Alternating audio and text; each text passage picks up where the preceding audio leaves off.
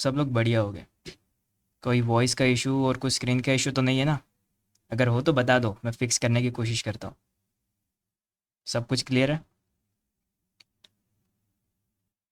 है सब कुछ बढ़िया फिर। नाइस। तो ठीक है, 1-2 मिनट ज़्यादा के रुक जाते हैं।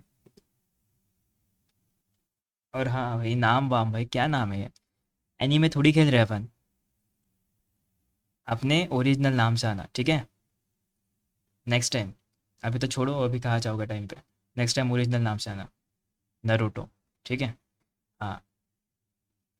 नॉर्मली आना, अपने नाम से। सेज मोड में मत आना। बाकी आज के टॉपिक में हम देखेंगे कैसे रिस्क को मैनेज किया जाता है। हाँ, ये टॉपिक पहले ही बता दूं, लेक्चर शुरू होने से पहले ही बता दूं, ये टॉपिक थोड़ा सा बोरिंग है। थोड़ा सा। लेकिन इसका महत्व उतना ही ज़्यादा है जितना हर एक लेक्चर में होता है, हर एक साइबर सिक्योरिटी के टॉपिक में होता है। क्योंकि यहाँ पे हम बात करेंगे कि कैसे साइबर सिक्योरिटी के अंदर रिस्क को मैनेज किया जाता है। ऐसी वो कौन सी गलतियाँ हैं जिसके कारण कंपनी कॉम्प्रोमाइज़ हो जाती है, और ऐसी वो कौन सी चीज़ है जिससे कंपनी बचती है, हैक नहीं होती। जिसे डेटा लीक कह लो, कॉम्प्रोमाइज़्ड कह लो, हैक्ड कह लो। ये सब को बचाने के लिए, या फिर ये होता क्यों है ऐसा, कि क्या गलती है जिसके कारण ये ऐसा होता है, वो सारी चीज़ें आज हम जानने वाले हैं। और डेफिनेटली ये एक हैकर को पता होना चाहिए कि कैसे कोई चीज़ से रिस्क आता है और कैसा उसको मैनेज किया जाता है। तो हम बस थोड़ा सा बेसिक पढ़ेंगे। ज़्यादा एडवांस नहीं है, बेसिक है। कितना समझा देगा आपको कि रिस्क मैनेजमेंट क्या होता है साइबर सिक्योरिटी के अंदर। और जानेंगे कि कैसे कैसे रिस्क, कैसे कैसे इम्पैक्ट छोड़ सकते हैं ऑर्गेनाइजेशन के ऊपर। और बिल्कुल, रिस्क को कम या उसे धीरे करने की कोशिश भी हम करेंगे। यूँ कहूँ तो वो तरीका भी हम सीखेंगे। और बस ऐसे तो कंसेप्ट है, ज़्यादा हार्ड वगैरह कुछ नहीं है। बस कुछ शब्दों का मतलब भारी भारी सा लग सकता है, लेकिन ज़्यादा हार्ड ये नहीं है। ठीक है? क्योंकि हमें सिर्फ बेसिक है, ताकि हम अपनी साइबर सिक्योरिटी की जर्नी को स्टार्ट कर सकें या कंटिन्यू कर सकें। इसलिए हमें बस ये थोड़ा सा पता होना चाहिए। दैट्स वाई ये टॉपिक को इंट्रोड्यूस किया गया है ड्रॉप के डीसीएससी कोर्स के अंदर। ठीक है? क्योंकि कंपनीज में ये काम आता है। आपका फर्स्ट डे क्या बात कर रहे हो, आज का हमारा तो बहुत दूसरा दिन है दोस्त। कुछ नहीं दिख रहा है, एक सेकंड मैं फिर से रीशेयर करता हूँ तो सब कुछ दिखने लग जाएगा, जादू की तरह। ओके। और डेफिनेटली मुझे पता है कि टॉपिक है ऐसा बोरिंग, तो मैंने थोड़ी सी इमेज वगैरह का जुगाड़ करा है। तो इस इमेज से तुम कम से कम, ज़्यादा कुछ नहीं लेकिन देख तो अच्छा ही पाओगे, अपनी आंखों को अच्छे से देख तो भी पाओगे, आंखों से मतलब। और अपना डिस्प्ले को मिरर मोड से हटा दो ना, प्रॉब्लम हो रहा है उससे। प्रॉब्लम तो नहीं होता दोस्त, बस दिक्कत ये होती है कि आपको थोड़ा सा दिक्कत ये होती है कि खूब ज़्यादा इधर उधर की स्क्रीन्स दिखती है। खैर, तो जब मैंने साइबर सिक्योरिटी की शुरुआत करी थी, मुझे तो ये लगता था कि भाई सिस्टम के अंदर घुस जाओ, सिस्टम के अंदर घुस जाओ और कंट्रोल ले लो। लेकिन मुझे किसी ने तब ये नहीं बताया था कि कंपनी की सिक्योरिटी कैसे होती है करके। फिर मुझे पता चला कि कंपनी कंप्यूटर नहीं, कंपनी की सिक्योरिटी ही असली गोल, असली गेम है। यस। ताकि ऑब्वियस सी बात है ना भाई, हैक कौन होगा? कंपनी होगी। बचाना किसे? कंपनी को होगा। तो जब मैंने ये देखा, तब मैंने समझा कि भाई अगर मैं उस टाइम पे रिस्क पहले समझ लेता, तो मैं ये ब्रीच कंपनी की होने ही नहीं देता। क्योंकि मेरे कारण, या कह सकते हो कि उनकी गलतियों के कारण, ब्रीच हो गया था डेटा का। लेकिन जो भी है। और यूँ कहूँ तो ये आज का जो टॉपिक है ना, रिस्क मैनेजमेंट, रिस्क मैनेजमेंट, ये जस्ट लाइक तुम कुछ गैस कर रहे हो, प्रेडिक्ट कर रहे हो कि हाँ भाई बारिश हो सकती है। ऐसा नहीं सोचते कि चलो भाई मौसम देख के बारिश हो सकती है। ऐसा सोचते हो, प्रिडिक्ट करते हो, अंदाज लगाते हो। वैसे रिस्क मैनेजमेंट में भी है, जहाँ पे तुम प्रिडिक्ट करते हो, ये प्रिडिक्ट करते हो सिस्टम इससे हैक हो सकता है या इससे हैक नहीं होगा, इससे बचेगा या उससे फंसेगा। बस ये तुम प्रिडिक्ट करते हो। और यही चीज़ को हमें सीखना है आज। ठीक है? और सीखना मतलब बस इंट्रोडक्शन देना है। ज़्यादा तो तुम्हें इसको मैं बोर नहीं करने वाला, क्योंकि मुझे पता है ये बोरिंग है। लेकिन ये ज़रूरी भी है, इसलिए मैं इसको पढ़ाऊँगा ज़रूर। ठीक है, स्किप तो नहीं कर सकते रे बाबा। आज कौन सा दिन है वो तो मुझे भी नहीं पता, वो तो आप में से कोई बता पाएगा। तो आप में से कोई बता पाएगा, मुझे एग्जैक्ट डेज के बारे में नहीं पता कि कौन सा दिन चल रहा है। ओके, तो छोड़ो। तो आते हैं टॉपिक के ऊपर। रिस्क मैनेजमेंट, ये दो शब्दों से मिलकर बना है। दो नहीं, तीन शब्दों से मिलकर बना है, दिखाता हूँ। Risk management is equals to, risk में हमें क्या क्या करना होता है, रिस्क मैनेजमेंट के टाइम हमें क्या क्या करना होता है। हमें करना होता है आइडेंटिफाई। आइडेंटिफाई मतलब पहचानना होता है। किसे पहचानना होता है?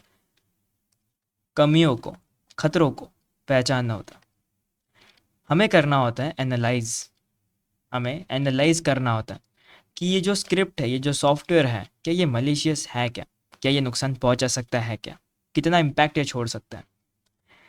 हम कंट्रोल करते हैं, कंट्रोल करते हैं जो हमारे हाथों में है। क्या अगर मैं इसे पहले ही रोक देता तो ये इतना नुकसान नहीं पहुंचाता, या फिर मुझे पता है, मेरे हाथों में है कि मैं इसको रोक देता हूँ पहले ही, वरना आगे चल के नुकसान पहुंचा सकता है। तो कंट्रोल तब काम आता है। And then monitor. मॉनिटर यूँ कहूँ तो मॉनिटर का मतलब होता है पूरा का पूरा ध्यान देना। पूरा से, जैसे कि आप पे कोई ध्यान इतना दे रहा है, आपकी हर हरकत पे ध्यान दे रहा है, मॉनिटर। ठीक है, मॉनिटर, पूरा ध्यान देना। कंपनी कैसी चल रही है, कौन सी चीज़ें कैसी वर्क कर रही है, सारी चीज़ों पे ध्यान देना। और इन सभी को मिला के बनता है रिस्क मैनेजमेंट। पहचानो, एनालाइज करो, कंट्रोल करो और उस पर मॉनिटर करो, ध्यान दो, जिसे हम कहते हैं रिस्क मैनेजमेंट। लेकिन करना किस पे है? खतरों पे, जिसे थ्रेट्स कहते हैं। हाँ, थ्रेट्स, वो खतरे जो हमारे डिजिटल एसेट्स को नुकसान पहुंचा सकते हैं। जैसे हमारा डेटा, हमारा सिस्टम, हमारे एप्लीकेशंस, हमारे सर्वर, हमारा नेटवर्क, ये सारे तो हमारे ही है ना। तो ये हमारे डिजिटल एसेट्स हैं, इनको नुकसान पहुंचाने थे, और इन सभी को कंट्रोल करना हमारा काम है। ठीक है, तो इस साइबर सिक्योरिटी में रिस्क मैनेजमेंट का मतलब है अटैक होने से पहले ही सोचना। क्या सोचना? क्या सोचना कि ये अटैक होगा तो क्या होगा, ऐसा सोच के रखना पहले। एंड सोचना ही नहीं तो उस पर एक्शन भी लेना होता है। ऐसा नहीं किसी सोच दिया, चलो भाई कल रात को 12 बजे जग रहा था सोच लिया, ऐसा नहीं। सोचना है कि ये हो सकता है ना, उस पर एक्शन लेना है कि ये ना हो करके, है ना। अभी तो लेटेस्ट में चल भी रहा है कि अगर हेलमेट पहन के ना जाओ तो सीधा चालान बैठ जाता है। ऐसा तो हो भी रहा है एक्चुअल में। ये लेसन 5 रह गया। कहाँ 5 रह गया? कोई 5 नहीं है, ये 6 है अपना। 5 कौन सा है भाई? Let me check. 5 C I triad है, लास्ट लेक्चर में हो गया था। सी आई ट्रायड है, लास्ट लेक्चर में हो गया, हाँ बिल्कुल मोहक। यस, ये लेसन 6 है। बढ़िया। स्क्रीन शो नहीं हो रही है? स्क्रीन शो हो रही है दोस्त दीपक, सभी को तो दिख रही है। एक काम करो, अकाउंट चेंज करके देखो, पक्का मदद करेगा वो। ओके, तो आते हैं अभी टॉपिक पे फिर से। तो अब कुछ की कंसेप्ट जानते हैं। ठीक है, इंट्रोडक्शन तो दे दिया, अब कुछ की कंसेप्ट जान लेते हैं। अब की कंसेप्ट के अंदर सिंपल सा है, ये जो तुम्हारे आंखों के सामने है, risk, threat, vulnerability and likelihood. क्या होता है, कैसे होता है, ये समझना है। तो रिस्क मतलब चांस हो सकते हैं प्रॉब्लम के। वो नहीं क्या, कि जैसे कि अपने दोस्त को बोलते हैं, अपन जब चाय पीने जाते हैं, एक गाड़ी पे 3 लोग, बोलते हैं यार भाई रिस्क है, भाई यहाँ पे जाने का रिस्क है, पुलिस वहाँ पे खड़ी होती है, अगर अपन चले गए तो चालान कट जाएगा, रिस्क है भाई वहाँ पे मत जाना। वो जो रिस्क होता है ना, उसे चांस कहते हैं प्रॉब्लम होने का, कि भाई ये प्रॉब्लम होने के चांसेस हैं, उसे रिस्क कहते हैं बेसिकली। अगर हेलमेट पहन के नहीं गए, चालान तो कटेगा। पहली बात तो ट्रिप से जा रहे हैं फिर भी चालान कटेगा, तो रिस्क तो है। अगर अपने को पता है रिस्क है, अपन उसको कंट्रोल कर सकते हैं। कंपनी के अंदर भी सेम ऐसा होता है। ठीक है, जैसे अब मान लो एक कंपनी में 1000 लोग हैं, 1000, 1000 लोग हैं। अब इनमें से एक ना एक तो बेवकूफ़ बन सकता है, बुद्धू बन सकता है। किस चीज़ में बुद्धू बन सकता है? किस चीज़ में बन सकता है? जैसे कि ईमेल पे मैंने उसको कुछ भेज दिया, मान लो उसके ईमेल पे आ गया कि लॉगिन करो, हमारे दिए गए लिंक पर साइन अप करो, अकाउंट खोलो, या फिर एक बार क्लिक तो करो, है ना। ऐसे कोई लिंक आती है मलिशियस की, फॉलोअर्स बढ़ाने हैं क्लिक करो, ये आ गया वो आ गया, क्लिक करो। और जैसे वो उस पर क्लिक करता है, वो लॉगिन कर लेता है, और लॉगिन करने के बाद वो हैक हो जाता है। क्यों? क्योंकि इस चीज़ को हम फिशिंग कहते हैं, जो लास्ट लेक्चर में हमने देख नहीं ला हमने कभी नहीं देखा आज तक फिशिंग। ओके, हमने आज तक कभी नहीं देखा फिशिंग, लेकिन इस चीज़ को हम फिशिंग कहते हैं, किसी को फंसाना। तो मान लो एम्प्लॉय ने ईमेल खोल दिया और हैकर तुम्हारे सिस्टम के अंदर घुस गया, तो वो कंपनी के अंदर घुस गया, तुम्हारे नहीं, पूरे कंपनी के एक सिस्टम के अंदर घुस गया। अब वो एक सिस्टम से दो सिस्टम, तीन सिस्टम ऐसे घुस सकता है और भी, तो जिसके कारण रिस्क और बढ़ गया कि एक एम्प्लॉय जो बुद्धू निकला और उसने गलती कर दी, तो प्रॉब्लम हो सकते हैं। तो अपने कंपनी को सिक्योर करने के लिए हम इनके सभी एम्प्लॉयज़ के सिस्टम में एंटीवायरस डाल देंगे, एक ऑप्शन। बाकी और भी तरीके होते हैं रिस्क को कम करने के लिए। दूसरा आता है थ्रेट। थ्रेट मतलब खतरे। सभी को पता है खतरे होते हैं, डिजिटल दुनिया में काफ़ी खतरे आते हैं। मालवेयर, फिशिंग्स, रैंसमवेयर, ट्रोजन, वायरस, ये सारे खतरे ही तो हैं। अगर मान लो किसी एम्प्लॉय ने किसी चीज़ को डाउनलोड कर लिया, पता चला वो रैंसमवेयर था, तो कंपनी तो ऐसे फिर से नुकसान में पहुंच गई कि भाई ये हमारे एक बुद्धू एम्प्लॉय ने रैंसमवेयर डाउनलोड कर लिया। अब वो रैंसमवेयर पैसे मांग रहा है सिस्टम को खोलने के लिए। अब कंपनी को पे करना होगा, वरना सिस्टम बर्बाद हो जाएगा, है ना। तो ये एक और खतरा है जो आता है रिस्क के अंदर। देन आती है वल्नरेबिलिटी, जिसे हम यूँ कहें तो कमियाँ कहते हैं। कमियाँ, किसी की कमी, किसी की weakness. Weakness, you heard it right, weakness. जैसे मान लो कि मेरे पास अपडेट करने के लिए बहुत सारे सॉफ्टवेयर हैं, लेकिन मैंने कभी अपडेट करा ही नहीं, जिसके कारण अब जो मेरे कंपोनेंट्स थे, जो भी मेरे सॉफ्टवेयर्स थे, वो पुराने हो गए। देन मुझे पता चला, न्यूज़ आई थी कि जिनके जिनके पुराने सॉफ्टवेयर्स अभी भी उनके सिस्टम में हैं, उनके सिस्टम उनके सारे के सारे सॉफ्टवेयर्स कॉम्प्रोमाइज़ या हैक हो सकते हैं, क्योंकि वो अपडेटेड नहीं है डेफिनेटली, इसलिए वो पुराने हैं। तो उसे अपडेट कर लो, क्योंकि ये हैकर्स के लिए बहुत अच्छी चांस कह सकते हो।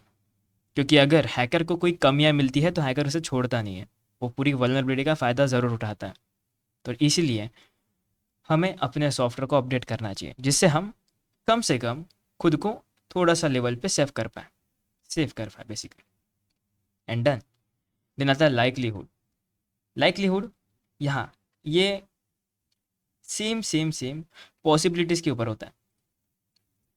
यहाँ पे तुम पढ़ भी पा रहे हो पॉसिबिलिटी। रिस्क में हमने देखा था, ऊपर में रिस्क में हमने देखा था कि चांस हो सकते हैं प्रॉब्लम आने के, चांस हो सकते हैं प्रॉब्लम आने के। एंड लाइकलीहुड में प्रोबेबिलिटी की जाती है, जैसे पॉसिबिलिटी। कैसी पॉसिबिलिटी? कितना चांसेस है, कितना चांसेस है। चलो एक एग्जांपल लेता हूँ। मान लो तुम घर से बाहर निकले, ठीक है, तुम्हें रिस्क लगता है कि यार आज बारिश हो सकती है। ये तुमने गैस करा, तुमने रिस्क समझा कि आज बारिश हो सकती है वातावरण देख के। फिर तुमने पॉसिबिलिटी चेक करी, बारिश होगी तो कितने देर होगी, 5 मिनट, 10 मिनट, 15 मिनट, 1 घंटा, कितनी हो सकती है वातावरण को देख के। ये पॉसिबिलिटी तुम गैस कर रहे हो, तो दो अलग अलग चीज़ें। एक जिसमें तुम सिर्फ अंदाज लगा रहे हो कितने चांसेस है कि बारिश आएगी करके, और दूसरे में तुम बस पॉसिबिलिटीज देख रहे हो कि अगर बारिश आ भी गई तो कितने देर आएगी। ऐसा दोनों में अलग अलग फ़र्क है, ठीक है। बस यही तो है। अब इम्पैक्ट का मतलब होता है, इम्पैक्ट का मतलब सिंपल, डेटा चोरी हो गया। मान ले डेटा चोरी हो गया, अब क्या करेंगे? नुकसान। नुकसान समझते हो, उसे इम्पैक्ट कहते हैं। कि अगर एक दुकान में आग लग गई, तब उसका इम्पैक्ट क्या होगा? आग लगने के बाद इम्पैक्ट क्या ही होगा, पूरा नुकसान हो जाएगा कंपनी का, कंपनी कह रहा हूँ दुकानदार का। यही इम्पैक्ट में कहा जाता है। और यही कुछ शब्द है रिस्क मैनेजमेंट के कंसेप्ट के अंदर, जो हम देखने वाले 10 बार, 10 बार नहीं, 3 से 4 बार देखने वाले। Continue. Risk management, threats, vulnerability, impact and likelihood. थोड़ा प्रोसेस के लिए टाइम लो, हम चालू करते हैं, ठीक है। इतना क्लियर है? बेसिक्स जस्ट शुरुआत करिए, मैं पहले बोल दूँ बोरिंग वाला टॉपिक है। इतना बोरिंग टॉपिक है कि मुझे कभी कभी इसको पढ़ाने का टाइम आलस आता है, लेकिन ये टॉपिक ज़रूरी भी इसलिए है, इसलिए मैं पढ़ा रहा हूँ। लेकिन फिर से पूछता हूँ, क्या तुम्हें समझ आ रहा है, या फिर मुझे थोड़ा और डिटेल्स में पढ़ाना होगा, इफ़ अगर आपको कन्फ्यूजिंग हो जाओ तो? कुछ ज़्यादा डिटेल्स में, लेकिन डेफिनेटली डिटेल्स में ज़्यादा जाएंगे तो बहुत कुछ है इसमें फिर पढ़ने के लिए। जो लिखा है उसको और डिटेल्स में पढ़ सकते हैं, लेकिन जितना ज़रूरी है उतना ही पढ़ते पहले। लगा तो और पढ़ा दूंगा। ओके, स्टार्ट थोड़ा देर हो गया, कोई बात नहीं। समझ नहीं आया, लेट आए थे लगता है आप दोनों। डिटेल्स में पढ़ाओ, ठीक है, डिटेल्स में पढ़ा। आपका फर्स्ट डे कैसा है, मैं समझा नहीं, हो सकता है कि डोंट वरी, अगर आपका फर्स्ट डे है तो आपको नई बैच में शिफ्ट किया जाएगा, डोंट वरी, ठीक है। जो बैच लेटेस्ट में शुरुआत होगी उसमें शिफ्ट किया जाएगा, इफ़ अगर बैच बनती है तो, ठीक है। कंटिन्यू करते हैं। अब रिस्क मैनेजमेंट के बाद हमें देखना है टाइप ऑफ रिस्क, कि कितने सारे टाइप्स हो सकते हैं रिस्क को आने के। सबसे पहला है ऑपरेशनल। हाँ, ये टॉपिक हर सेशन में, हर लेक्चर्स में बड़ा विचित्र है। तो ऑपरेशनल रिस्क क्या क्या होता है? ऑपरेशनल रिस्क मतलब जिसमें सिस्टम या तो अपना एम्प्लॉय फेल हो सकता है, पढ़ सकते हो साथ में। ये एक ऐसा रिस्क होता है जहाँ पे अपना सिस्टम खराब हो सकता है कभी टाइम पे, या फिर इंसान गलतियाँ कर सकता है। जैसे कि मान लो कि कंपनी बड़ी चल रही है, मस्त चल रही है, हर एक दिन बढ़िया जा रहा है, लेकिन एक दिन ऐसा आता है एकदम से सिस्टम खराब हो जाते हैं, पता नहीं एकदम से, ना वो चलता है ना चलता है, कुछ भी नहीं चलता। जिसके कारण जिसके कारण जो कंपनी के एम्प्लॉयज़ थे या जो भी क्लाइंट्स थे, वो कंपनी छोड़ के जाते, बंद हो गया भाई, सिस्टम चल ही नहीं रहा है, सिस्टम ही फेल हो गए। अब ये एक रिस्क है। इसीलिए आपने सुना होगा कि कंपनीज में सिस्टम्स के मेंटेनेंस भी होते हैं, शायद आपने सुना होगा, मेंटेनेंस जिसमें सारे सिस्टम को चेक किया जाता है, क्योंकि कभी नहीं पता कि फ्यूचर में चल के ये सिस्टम बंद ना हो करके। इसलिए रिस्क होता है कि भाई सिस्टम बंद ना हो, और उस रिस्क को हम ऑपरेशनल कहते हैं। ऑपरेशनल जिसमें दो लोग आते हैं, एक सिस्टम दूसरा इंसान, एक सिस्टम दूसरा इंसान, अगर ये दोनों गलतियां करते हैं, जिसे हम ऑपरेशनल रिस्क कहते हैं। अब ह्यूमन एरर्स में आपने फिशिंग वाला देखा था, कि वो बुद्धू एम्प्लॉय गलती से कुछ मलेशियस इंस्टॉल करता है कंपनी के, जिसके कारण हैकर को उसके सिस्टम के एक्सेस मिल जाता है। अब वो हैकर पूरी कंपनी के एक्सेस लेने की कोशिश करता है उस सिस्टम से, और ये किसके कारण हुआ था? उस इंसान के गलती के कारण, जिसे हम ह्यूमन एरर कहते हैं, बस। एंड देन आता है कंप्लायंस रिस्क। कंप्लायंस ये हर जगह पे आपने सुना होगा, कंपनीज में ज़्यादातर इस्तेमाल होता है ये शब्द, क्यों? क्योंकि यहाँ पे बात आती है रूल्स एंड रेगुलेशंस की। अगर आप किसी रूल्स का पालन नहीं करते हो, उसे फॉलो नहीं करते हो, तो डेफिनेटली रिस्क में हो आप। रिस्क में, कौन से रिस्क में? दो रिस्क में, एक तो पुलिस के, दूसरा क्लाइंट के। मान लो कि तुम एक कंपनी चलाते हो, तुम्हारी कंपनी है, तुम्हारी खुद की एक कंपनी है, तुम्हारे पास अच्छे खासे एम्प्लॉयज़ हैं, अच्छे खासे एम्प्लॉयज़ हैं, लेकिन तुम्हारी कंपनी में रूल्स एंड रेगुलेशंस, जो बड़े बड़े रूल्स एंड रेगुलेशंस होते हैं जिसे साइबर लॉज कहते हैं, वो अगर नहीं फॉलो किए जाते, जिसके कारण जो क्लाइंट का डेटा है तुम लोग बेच देते हो, या फिर किसी दूसरे काम के लिए इस्तेमाल करते हो क्लाइंट का डेटा बिना उनकी परमिशन के, तो ये लॉस के अनुसार गलत है। और अगर कंपनी ऐसा नहीं करती तो कंपनी रिस्क में है, क्योंकि उनको पेनल्टी लग सकती है, कंपनीज के क्लाइंट छोड़ सकते हैं, क्लाइंट भरोसा ही नहीं करेंगे। ये एक और रिस्क है कि अगर क्लाइंट्स ही भरोसा नहीं करेंगे तो फिर क्या फ़ायदा, पेनल्टी बैठेंगे तो क्या फ़ायदा। तो इन सभी चीज़ को ध्यान रखते हुए कंप्लायंट रिस्क आता है, ठीक है। ये तभी होता है जब कंपनी रूल्स एंड रेगुलेशंस का पालन नहीं करती तब, ठीक है। देन आता है स्ट्रेटेजिक रिस्क। अब कंपनी के काफ़ी सारे गोल्स होते हैं कि हमें ना इस साल के एंड तक इतना इतना प्रॉफिट करना है, इतना इतना लोगों को चीज़ें प्रोवाइड करनी है, एंड साथ साथ में काफ़ी सारे गोल्स उनके होते हैं, काफ़ी सारे गोल्स होते हैं, लेकिन साल के एंड तक क्या कब हो जाए किसी को कुछ नहीं पता। कभी कभी वायरस आ जाता है, एक वायरस जो एक साल तक के चलता है, पता ही नहीं चलता, तो उनके दिए गए सारे के सारे गोल्स ठप हो जाते हैं। मेरी वॉइस ब्रेक हो रही है, होना तो नहीं चाहिए ऐसा, मैंने चेक करा था सिस्टम को। कंपनीज के जितने भी गोल्स होते हैं वो सारे के सारे खराब हो जाते हैं।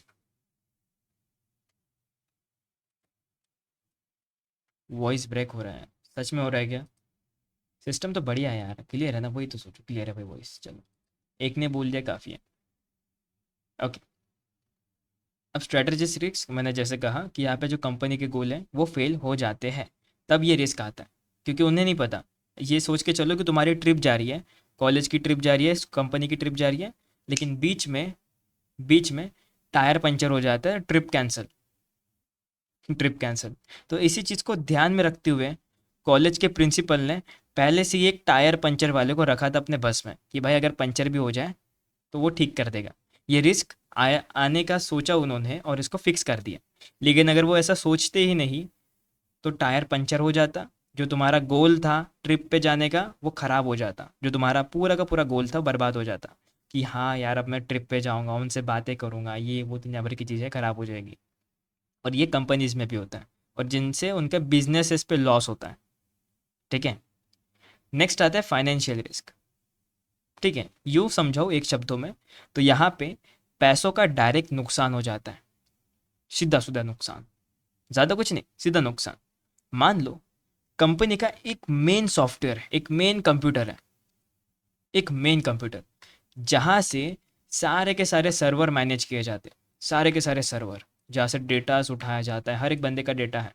अब गलती से क्या हो गया कि वो सॉफ्ट उस सिस्टम को हैकर ने रैंसमवेयर से हैक कर लिया। रैंसमवेयर, हाँ ये वही सॉफ्टवेयर है जो पैसे मांगता है, रैंसमवेयर। अब रैंसमवेयर सिस्टम पे आ गया और उसने बहुत पैसे मांगे, लगभग लगभग मान लो 10 लाख, 10 लाख रुपए उसने मांग लिया कि 10 लाख रुपए दो। कैसे देंगे? बिटकॉइन से 10 लाख दो, वरना सिस्टम बर्बाद कर देंगे। ठीक है।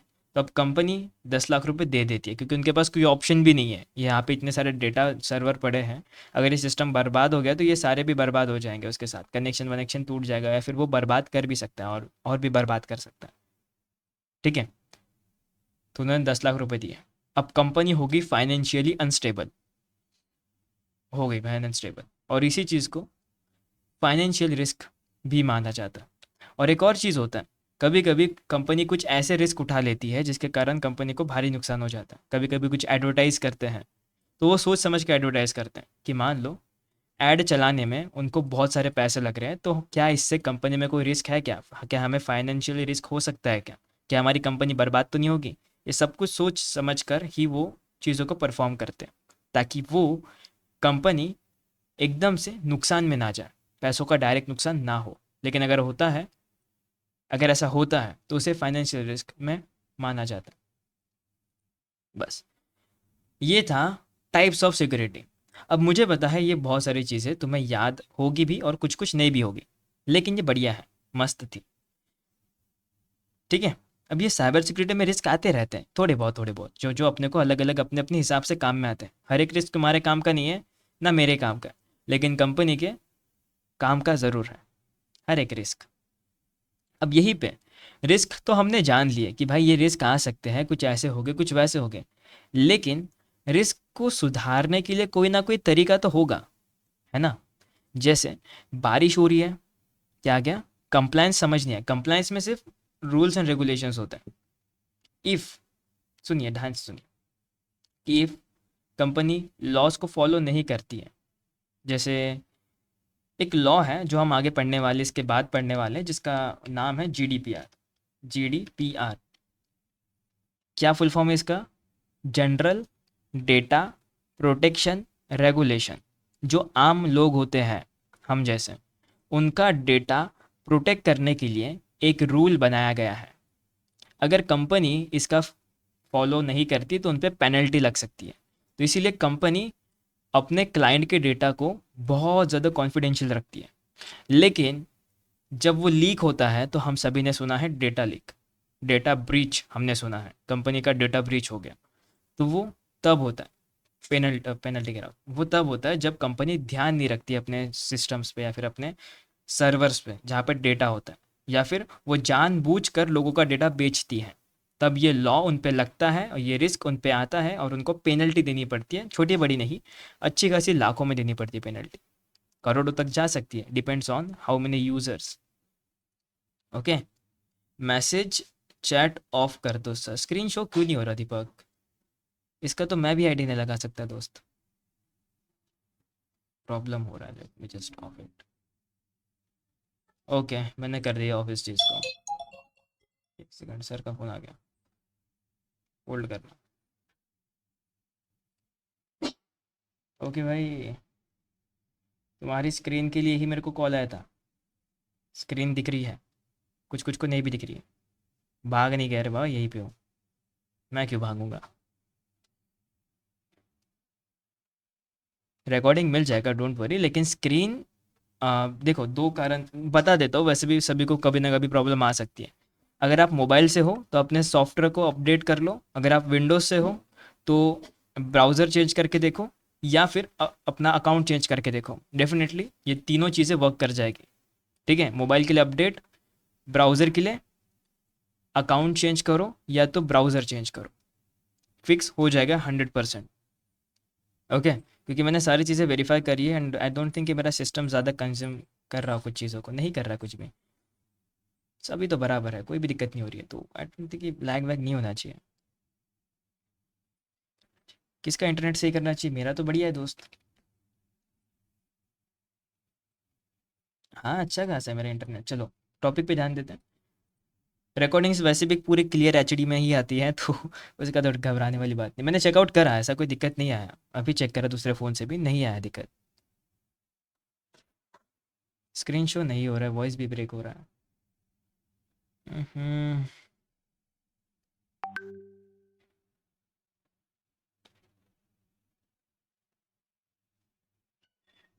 10 में से 1-2 केस में हो रहा होगा आई गेस।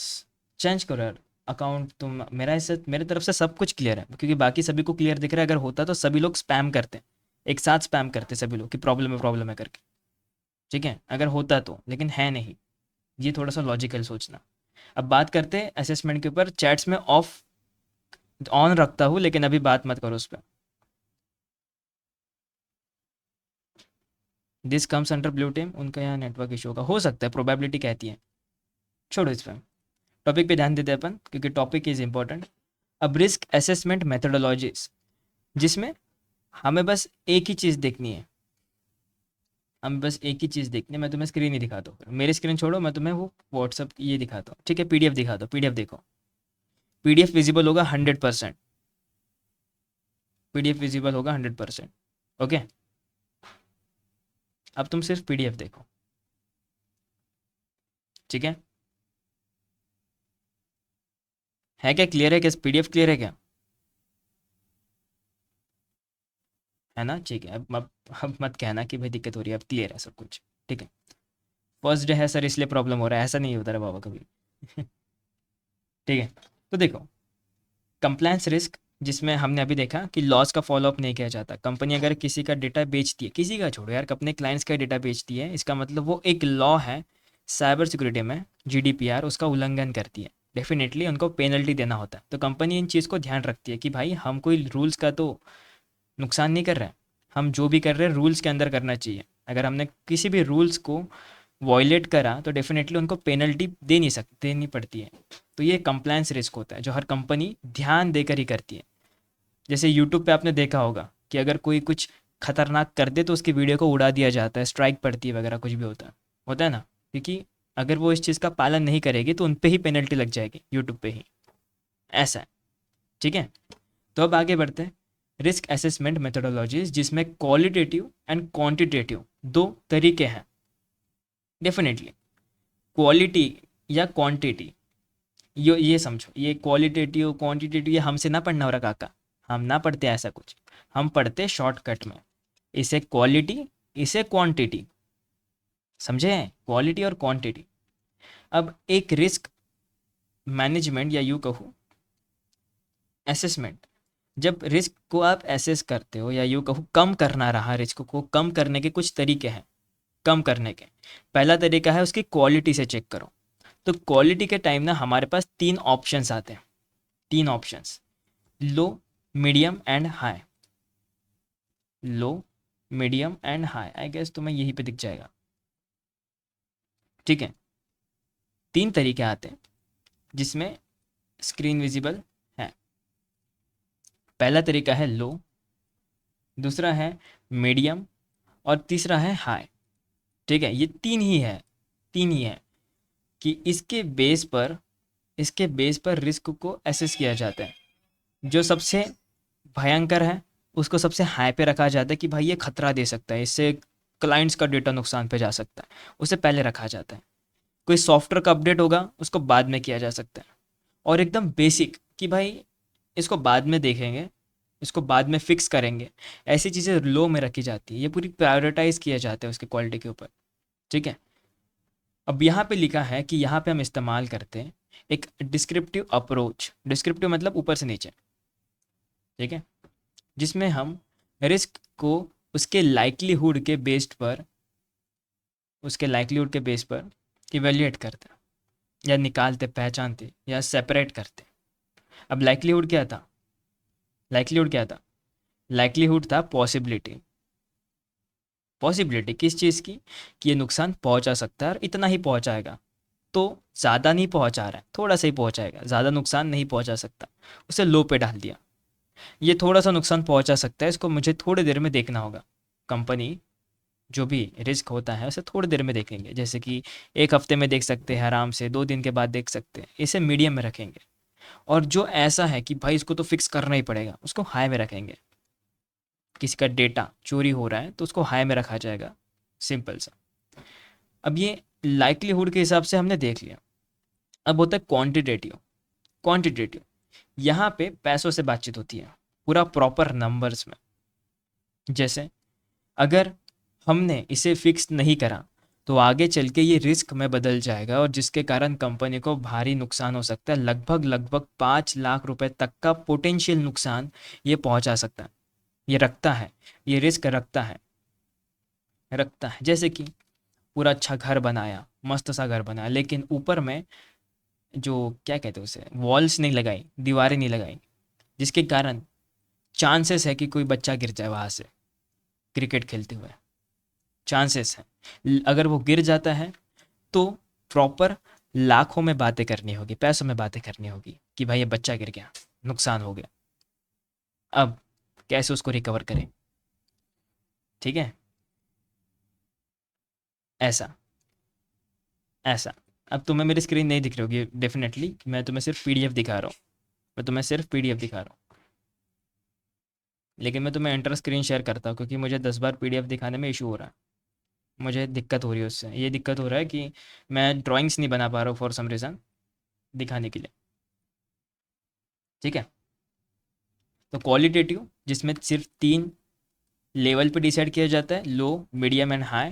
एंड क्वांटिटेटिव जिस पे रिस्क पूरा का पूरा नंबर्स के हिसाब से रखा जाता है। जैसे कि रैंसमवेयर, एक रैंसमवेयर अगर घुस गया तो कितने लाख का नुकसान पहुंचा सकता है? कितने लाख का पहुंचा सकता है? 5 लाख, 10 लाख, 15 लाख, 20 लाख, कितना पहुंचा सकता है? पहले ही सोच के रख दिया कि अगर फ्यूचर में कभी ऐसा हो जाए तो पहले से पैसे निकाल के रखते हैं, या फिर इस चीज़ को पहले से रोक के रखेंगे कि रैंसमवेयर कभी सिस्टम में आए ही ना। ये रिस्क है प्रॉपर नंबर्स में, जिसे कहते हैं क्वांटिटेटिव। और जो होता है अप्रोच है इसके हिसाब से, उसे कहते हैं क्वालिटेटिव। ये एक बार तुम देखोगे तो ज़्यादा अच्छे से क्लियर रहेगा। ठीक है, अब ये बस तरीका होता है जिसमें हमें बस रिस्क को इवेल्युएट करना होता है। इवेल्युएट मतलब यूँ कहूँ तो उसके आधार पर। ठीक है,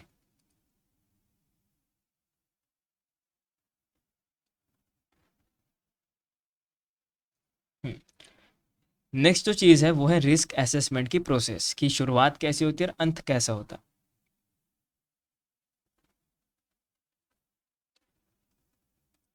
अच्छा, एक शॉर्टकट बता देता हूँ इन दोनों को याद रखने के लिए। तो मैं गट फीलिंग, पता है गट फीलिंग?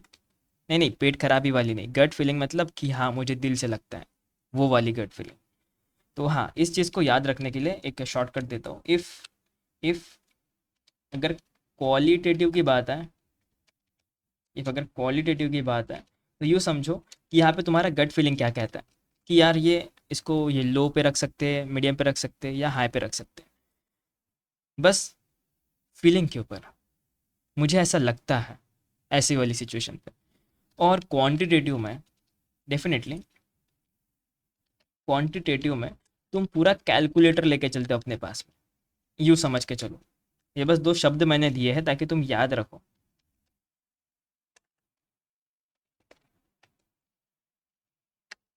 कैलकुलेटर के साथ, ठीक है? स्पेलिंग देख लेना एक बार। क्वालिटेटिव जिसमें तुम गट फीलिंग देखते हो कि यार ये लो पे रखा जा सकता है, मीडियम पे या हाई पे। और क्वांटिटेटिव में तुम कैलकुलेटर के साथ पूरा कैलकुलेशन करते हो कि अगर मैंने ये नहीं करा तो ये कितना नुकसान पहुंचा सकता है, कितना प्रॉपर नंबर्स में हमें नुकसान हो सकता है, लाखों में, करोड़ों में या हज़ारों में, या फिर नहीं होगा नुकसान, ये सारी चीज़ें। ठीक है? तो कैलकुलेटर के साथ इसलिए लिखा, तुम चाहो तो यहाँ पे कैलकुलेशन भी लिख सकते हो।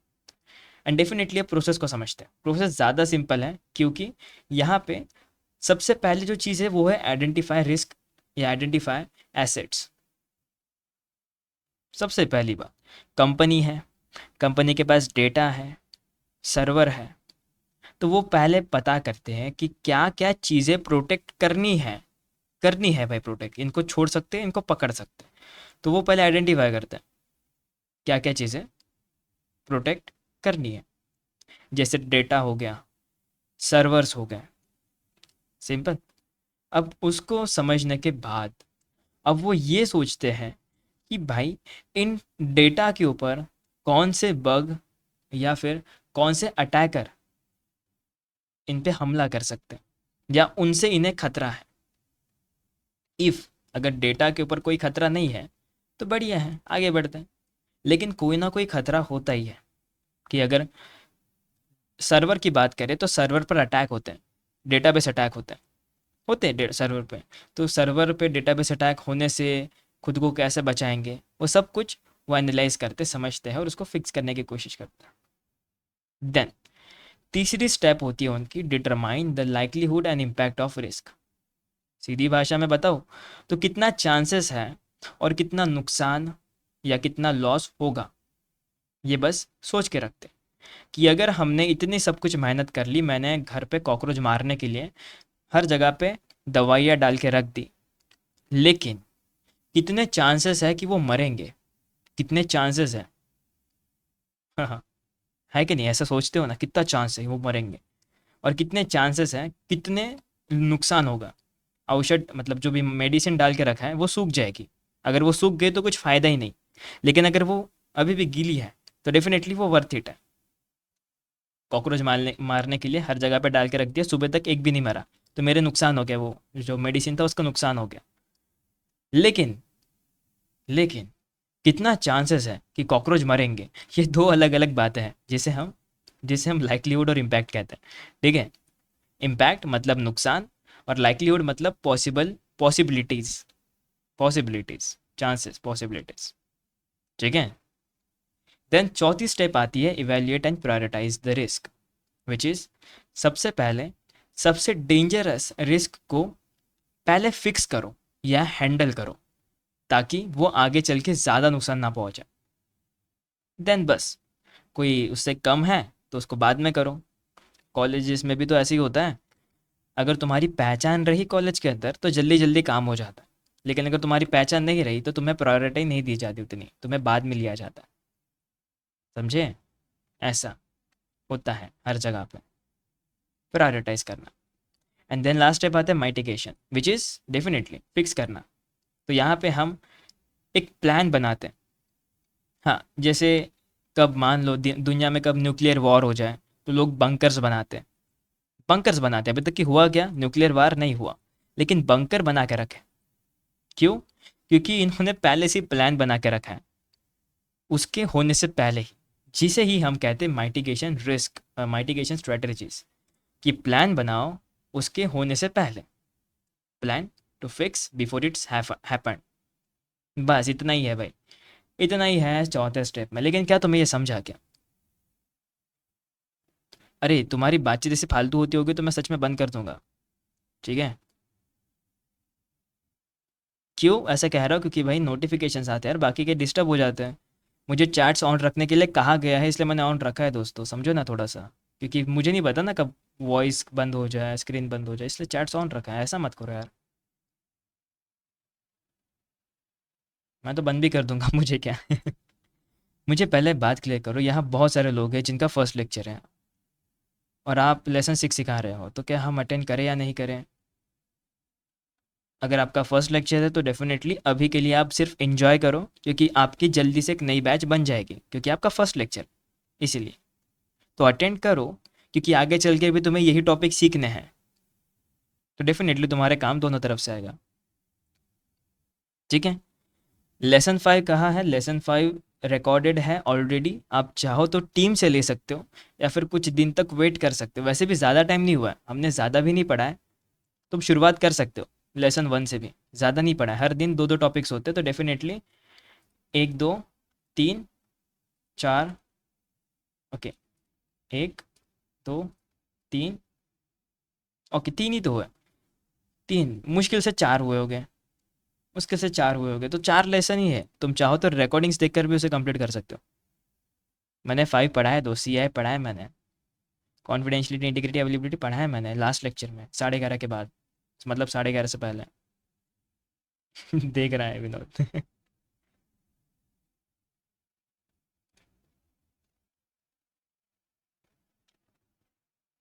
अब 5th पे बढ़ते हैं। अच्छा, 4.1 किसने कहा था?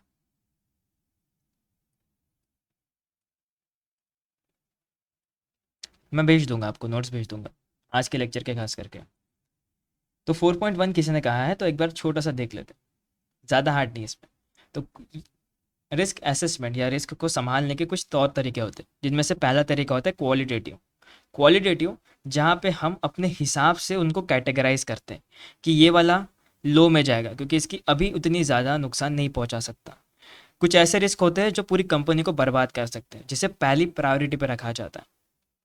ठीक है। वो कहता है, वो रिस्क ये कहता है कि अगर उसको फिक्स नहीं करा तो कंपनी डूब सकती है, कंपनी को भारी नुकसान हो सकता है। तो उसके हिसाब से कितना वो नुकसान पहुंचा सकते हैं, उसके हिसाब से उसको प्रायोरिटाइज किया जाता है। डेफिनेटली 3 कैटेगरी में डिवाइड किया जाता है, पहला लो, दूसरा मीडियम, तीसरा हाई। एंड क्वांटिटेटिव असेसमेंट में हम सिर्फ मेजर करते हैं नंबर्स में कि एक रिस्क कितना ज़्यादा नुकसान पहुंचा सकता है। एक रिस्क जैसे रैंसमवेयर, इफ़ अगर किसी के सिस्टम में रैंसमवेयर चला गया तो कंपनी को लगभग लगभग 2 से 3 लाख या 5 लाख रुपए खर्च तो करने ही होंगे उसके पीछे। ऐसा वो नंबर्स में सोच के रखते हैं, उसके हिसाब से वो प्लान करते हैं आगे क्या करना है, समझ के प्लान करते हैं और उसका नुकसान समझते हैं। यही है दोनों में, एक में अप्रोच है, दूसरे में नंबर्स है। अब कुछ तौर तरीके हैं जिसमें स्ट्रेटजीज का इस्तेमाल किया जाता है ताकि रिस्क को कम किया जा सके। पहला है रिस्क को अवॉइड करना। डेफिनेटली ऐसा करो ही मत कि जिससे रिस्क हो, है ना। रिस्क जैसे कि एक रिस्क बताता हूँ, यहाँ पे अगर आप अपना नंबर या ईमेल एड्रेस शेयर करते हो तो एक रिस्क है आपको कि आपको कोई भी कॉल करके गाली दे सकता है या आपको कोई भी कॉल करके कुछ भी कह सकता है, कुछ नहीं पता। तो इसीलिए कहते हैं कि भाई नंबर वंबर शेयर मत करो, क्योंकि वो रिस्क है कि नहीं? बात तो सही है सर, रिस्क तो है। अब वो कितनी देगा वो मुझे नहीं पता, वो क्वालिटेटिव या क्वांटिटेटिव में नहीं आता, इसलिए मुझे नहीं पता। लेकिन रिस्क तो है, टेस्ट करना है खुद को। फिर मत कहना, मैं तो पहली वॉइड अवॉइड क्या कह रहा हूँ, वार्न करके रखा कि भाई मत करो कुछ भी डेटा शेयर, लेकिन अगर करना ही है, मन में है इच्छा, तो एक और चीज़ है कि इफ़ अगर आप डेटा शेयर करते हो तो उसके अगले 2 मिनट में मुझे आपको किक करना पड़ेगा। ऐसा ऐसा रिस्क के माइटिगेशन स्ट्रेटजीज हमने बना के रखे हैं कि अगर कोई गलती करता है तो उसका नुकसान ये होगा, उसको फिक्स ऐसे किया जाएगा। Prevention is better than cure, nice. तो रिस्क वाले काम ही मत करो जिसे कहते हैं रिस्क अवॉइडेंस, है ना। अगर तुम्हें पता है तुम्हारा कटना ही है, क्यों जाओगे? क्यों जाओगे? नहीं जाओगे। लेकिन रिस्क तो लेंगे सर, रिस्क तो लेंगे सर, है ना। वो चीज़ अलग है, ये चीज़ अलग है। यहाँ पे बर्बाद होते हैं, वहाँ पे भी बर्बाद होते हैं कंपनीज एक्चुअल में। एंड जो मेन चीज़ आती है वो है रिस्क रिडक्शन। डेफिनेटली रिस्क कम करना, सिर्फ कम करना।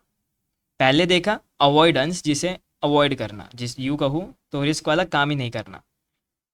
रिडक्शन में रिस्क को कम करना। यूँ कहूँ तो सिंपल भाषा में बताता हूँ।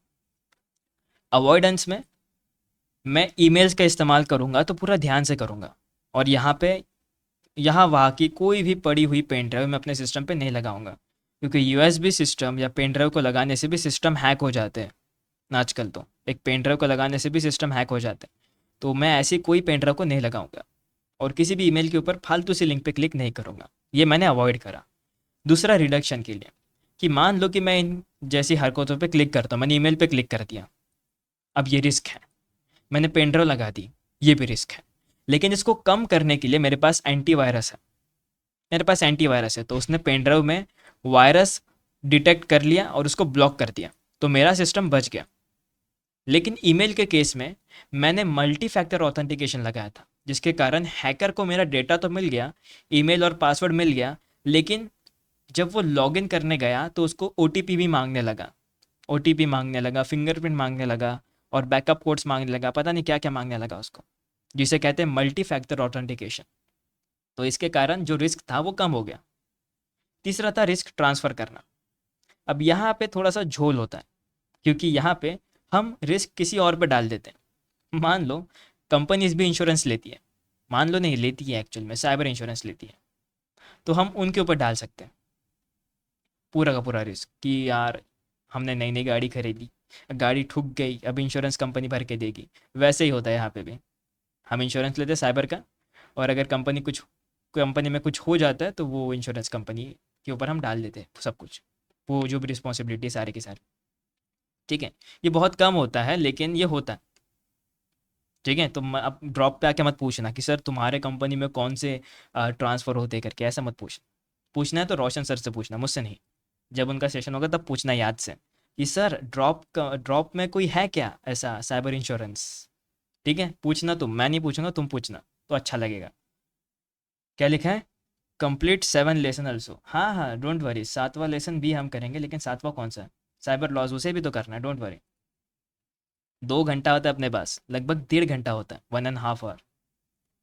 अब आता है रिस्क एक्सेप्टेंस। ये उनके लिए जो पहले ही समझ लेते हैं कि ये तो मेरे से नहीं होने वाला, मैं एक्सेप्ट कर लेता हूँ अपने फेट को, चलेगा चलेगा, इतना तो रिस्क उठा ही सकते हैं, ऐसा। इसे कहते हैं रिस्क एक्सेप्टेंस।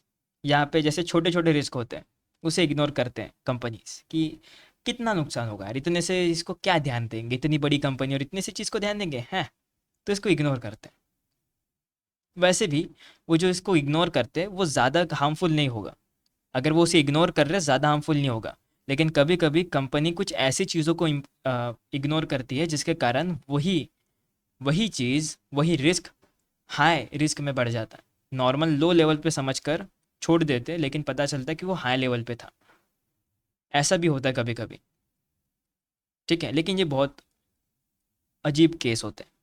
अभी के लिए रिस्क एक्सेप्टेंस में हम बस इतना कहते हैं कि चलेगा, इतना तो रिस्क एक्सेप्ट कर ही सकते, छोटे छोटे रिस्क को इग्नोर करते हैं।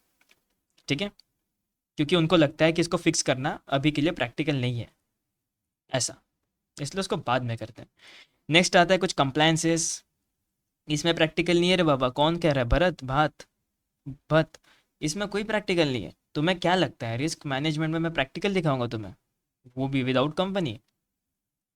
How that even possible? Logical सोचो दोस्त। प्रैक्टिकल पे आएंगे, ये थेरी वाला पार्ट है, शुरुआत में कहा था मैंने। इस पे प्रैक्टिकल होगा तो मैं ही थक जाऊंगा, मैं बर्बाद हो जाऊंगा ऐसे तो, है कि नहीं? चलो, अब कंप्लायंसेस, जिसे रूल्स एंड रेगुलेशंस कहा जाता है। अच्छा, एक लास्ट शब्द कि रिस्क में ना, हर रिस्क को एकदम ज़ीरो करना पॉसिबल ही नहीं है, लेकिन कुछ दिमाग लगा के स्ट्रेटजीज बनाकर उसे कम करना पॉसिबल है। ठीक है, तो ये याद रखना, वरना ये सोचोगे कि ऐसा करूंगा तो पूरा बंद ही हो जाएगा। नहीं होता बंद, नहीं होता। एक सॉफ्टवेयर को अपडेट कर दोगे, ऐसा लगेगा कि अभी के लिए फिक्स हो गया, लाइफ टाइम के लिए नहीं, दूसरा अपडेट आता है बाद में। ऐसा इसीलिए कहते हैं कि ज़ीरो नहीं कर सकते, लेकिन रिडक्शन या रिड्यूस कर सकते हैं। अब कंप्लायंसेस में ना पूरे के पूरे रूल्स एंड रेगुलेशंस है, यहाँ पे पूरा का पूरा लॉज का मामला है।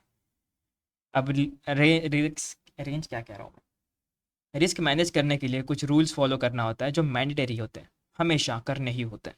स्पेशली अगर आप कुछ पर्सनल स्टोर करते हो, फाइल्स, स्क्रीनशॉट्स। हाँ भाई, स्क्रीनशॉट्स करते हो तुम, एंड हेल्थ के कुछ डेटा, पेमेंट्स के कुछ रिसिप्ट्स, या फिर दोस्त के जो भी हो गए फोटोज़ होते तुम्हारे पास, होते हैं, अपनी हिडन फोटोज चेक करो यार, मिल जाएंगे। अब होता क्या है ना, इन डेटास को सिक्योर करना होता है, या फिर तुम क्लाउड पे सेव करते हो। फर्स्ट कोई बात नहीं, फर्स्ट क्लास है तो टेंशन मत लो। मैं तो कह रहा हूँ जब मेरा फर्स्ट क्लास था मैं भी टेंशन नहीं ले रहा था, लेकिन वो 5 साल या 10 साल पहले था। ठीक है। अरे टेंशन मत लो रे बाबा, फर्स्ट क्लास है, चिल मारो, मस्त मजे करो। ऐसा समझो कि सर सिर्फ कुछ सिखा रहे, इतना समझ के, बाकी टेंशन मत लो। वैसे भी ये तुम्हें याद नहीं रहने वाला, नहीं रहने, क्योंकि आपका फर्स्ट लेक्चर है डेफिनेटली। तो बेसिक तो क्लियर नहीं हो गए, इसलिए तो याद नहीं रहने से वाला, तो टेंशन मत लो। और प्रैक्टिकल कब चालू हो गए, मैंने बताया तो था, प्रैक्टिकल चालू हो गए अपना लेसन नंबर 12 से, 12 से। ओके। तो कैलकुलेशन करा था हमने भी थोड़ा सा। तो यहाँ पे भी हमने देखा कि मैं तो ना अपने फोटोज़ को टेरा बॉक्स पे सेव करता हूँ। मैं अपने फोटोज़ को टेरा बॉक्स पे सेव करता हूँ, बहुत ज़्यादा सिक्योर है, बहुत ज़्यादा।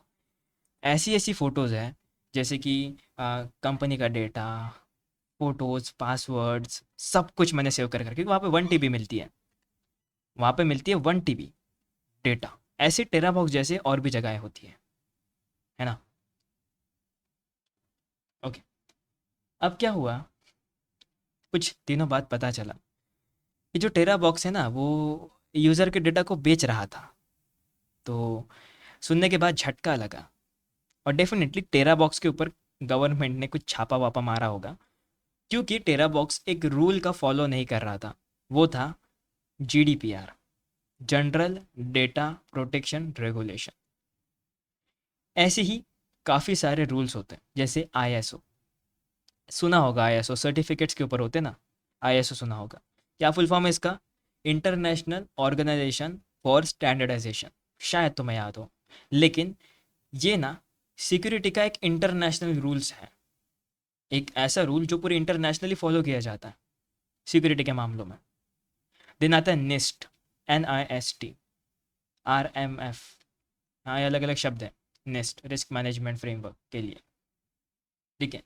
अब ये ना FBI के द्वारा बनाया, FBI वालों ने बनाया था उनके काम के लिए, क्योंकि भाई हर एक बंदों को अलग अलग रिस्क होते हैं, हर एक जगह पे अलग अलग रिस्क होते हैं, तो अलग अलग रिस्क हर एक जगह पे आ गए। और ये जो छोटे बड़े रिस्क देख रहे हो, ये इंटरनेशनली यूज़ किए जाते हैं हर जगह पे, कंपनीज में खास करके। तो ये फेडरल एजेंसी ने बनाया था, सीयू कहूँ तो US के गवर्नमेंट ने डिफेंस के लिए एक फ्रेमवर्क बनाया था। वो फ्रेमवर्क कुछ दिखता है, लेकिन अभी उसको नहीं देखेंगे क्योंकि साइबर लॉज में उसको देखना ही है। तो अभी के लिए उसको छोड़ो, नेक्स्ट नेक्स्ट टॉपिक में इसको देखना। दिन आता है GDPR, HIPAA and PCI DSS। GDPR पता है, हिप्पा होता है हेल्थ के लिए, हेल्थ प्रोटेक्शन के लिए, जिसमें आपका डेटा होता है हेल्थ। जैसे कि मान लो कि आपको आपको दिल की बीमारी है, आपको दिल की बीमारी है, लेकिन पता चलता है कि आपका दिल किसी और के पास है। मैं मजाक कर रहा था। ऐसे जो भी डेटा होता है पर्सनल हेल्थ के रिगार्डिंग, वो हिप्पा रेगुलेशन संभालता है। लेकिन अगर कोई कंपनी जैसे डॉक्टर वाली नहीं, हॉस्पिटल वगैरह ऐसे डेटा को बेचती है कि भाई 500 रुपये निकाल और ये ले बंदे का डेटा, ऐसा करती है तो डेफिनेटली उस पर पेनल्टी बनेगी। ठीक है। तो इसलिए ये एक और रूल्स है। देन आता है PCI DSS। हाँ, ये क्रेडिट कार्ड के लिए बेसिकली, जिसे जानेंगे थोड़ा डिटेल में, लेकिन नेक्स्ट लेक्चर में, नेक्स्ट लेक्चर नहीं, नेक्स्ट लेसन में। अभी जानते थोड़ी देर में, रुको तो सही, ये ख़त्म ही हो गया, ख़त्म ही हो गया। तुम्हें क्लियर है क्या? अब रियल लाइफ की केस स्टडी अगर तुम्हें याद करके बताऊँ तो एग्जैक्टली तो मुझे याद नहीं आ रही है, लेकिन एक रैंसमवेयर मुझे पता है, एक रैंसमवेयर मुझे पता है कि क्या हुआ था। एक रैंसमवेयर आया था किसी के सिस्टम में, किसी के सिस्टम में आ गया था। अब उस रैंसमवेयर का नाम था वॉनाक्राई। क्या नाम था उसका? वॉनाक्राई। क्या आपको रोना है क्या? नहीं नहीं, वोना बी यूअर्स नहीं, वॉनाक्राई। तुम्हें तो गाने याद आते होंगे, लेकिन ये गाना नहीं, ये कुछ रैंसमवेयर था जो कुछ इस तरह दिखता था। ठीक है। तब ऐसा क्या हुआ था, एक रियल लाइफ की घटना है, 2017 की है, मुझे एग्जैक्टली नहीं पता, लेकिन 2017 के आसपास कुछ की होगी। कहीं लिखा है क्या?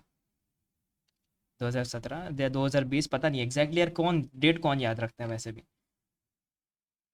2000, ये रहा 2000, यह तो रहा 2000, अरे सरकना थोड़ा सा, ये रहा 2017। 2017 वो नकरा रैंसमवेयर कंपनीज के सॉफ्टवेयर में घुस गया था। अब इसने क्या करा, क्योंकि ये रैंसमवेयर है तो इसका एक ही काम है, सिस्टम के अंदर जाओ और सिस्टम के सारे फाइल्स को लॉक कर दो। एक चाबी के साथ, और वो चाबी किसके पास होगी? हैकर के पास। तो लोग मस्त अपना कंप्यूटर चला रहे थे बिना कोई टेंशन के, जैसे कि मैं चला रहा हूँ, मैं भी चला रहा हूँ।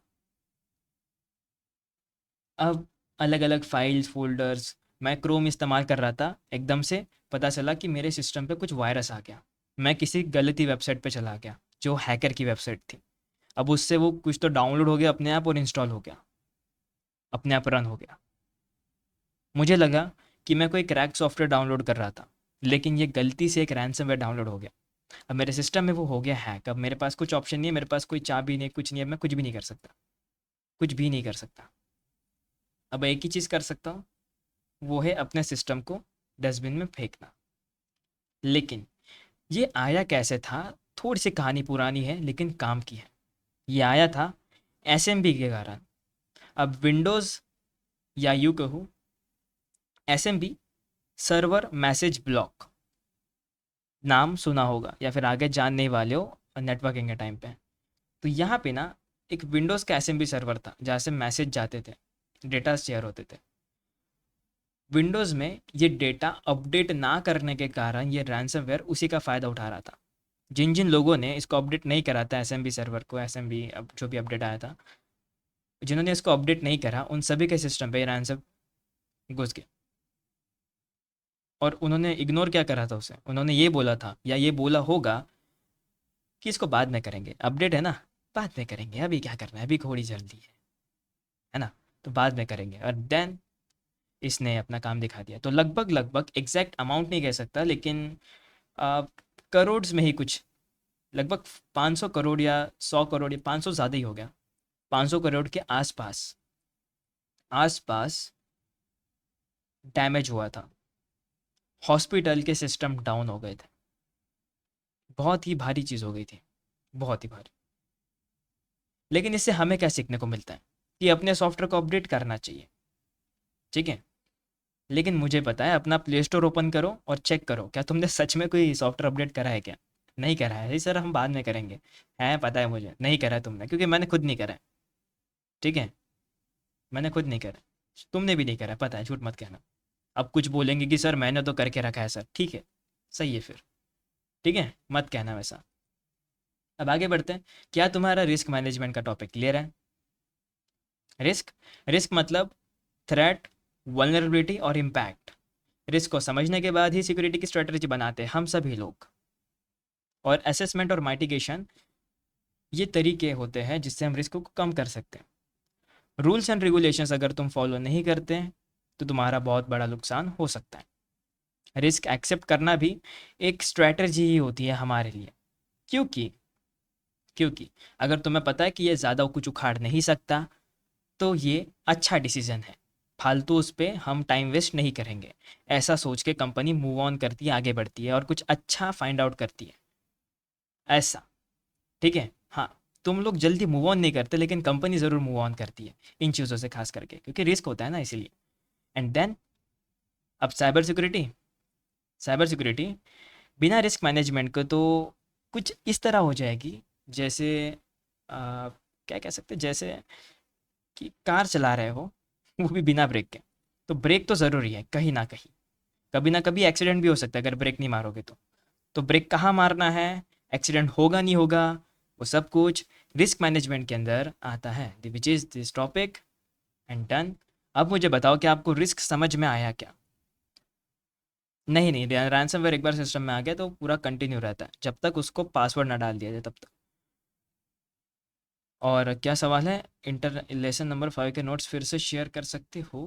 नोट्स लेसन नंबर 5 के, 5 कहाँ पे अपना? सी आई ट्रैक। आपको फिर से, अच्छा आपको सेपरेट को चाहिए ना, आपको सेपरेटली चाहिए प्रियांशु। तो आपके एक काम कर दो, मुझे यहाँ पे हाई का मैसेज डाल दो, ठीक है। मुझे यहाँ पे हाई का मैसेज डाल दो और अपना नाम डाल देना प्रियांशु करके। डेफिनेटली मैं आपको वहीं पे कर दूंगा, क्योंकि मैंने ग्रुप पे ऑलरेडी डाल के रखा है, तो डबल डबल हो जाएगा। या फिर डाल दूंगा, तुम कहोगे तो डाल दूंगा, लेकिन वो दिक्कत हो सकती है बाद में पहचानने में। तो लेसन नंबर 5, 6, 7 एंड 8। अब 8 लेसन को समझते हैं। ज़्यादा हार्ड नहीं है 8 नंबर का लेसन। ओ रे, 8 नहीं, 8 नहीं, 7th लेसन, 7th लेसन। ये ज़्यादा हार्ड है एक्चुअल में, it's not that easy. Trojan एक बार दोबारा बताइए। ट्रोजन एक, अरे उसकी पूरी कहानी है। यूँ कहूँ, शॉर्ट फॉर्म में बताता हूँ कि ट्रोजन एक ऐसा मालवेयर है जो आपके ओरिजिनल सॉफ्टवेयर के साथ आता है। ठीक है, एक ओरिजिनल सॉफ्टवेयर जिसके अंदर ये ट्रोजन चिपक के आता है, लेकिन ये सॉफ्टवेयर को हम कहते हैं फ्री सॉफ्टवेयर। जैसे क्रैक सॉफ्टवेयर आपने सुना होगा, क्रैक करते वो, हम तुम्हें क्रैक करके देंगे। फोटोशॉप जैसे बड़े बड़े सॉफ्टवेयर हम तुम्हें फ्री में क्रैक करके देंगे, फ्री में। और ये ट्रोजन फ्री में ही चिपक के आते हैं। बस एक ऐसा सॉफ्टवेयर जो तुम्हारे सिस्टम में जाके तुम्हारे इन्फॉर्मेशंस निकालता है, चुराता है, और चाहे तो तुम्हारे सिस्टम में फैल कर तुम्हारे सिस्टम को बर्बाद भी कर सकता है। और ये आता किसके साथ है? फ्री सॉफ्टवेयर के साथ में, क्रैक सॉफ्टवेयर के साथ में। ठीक है।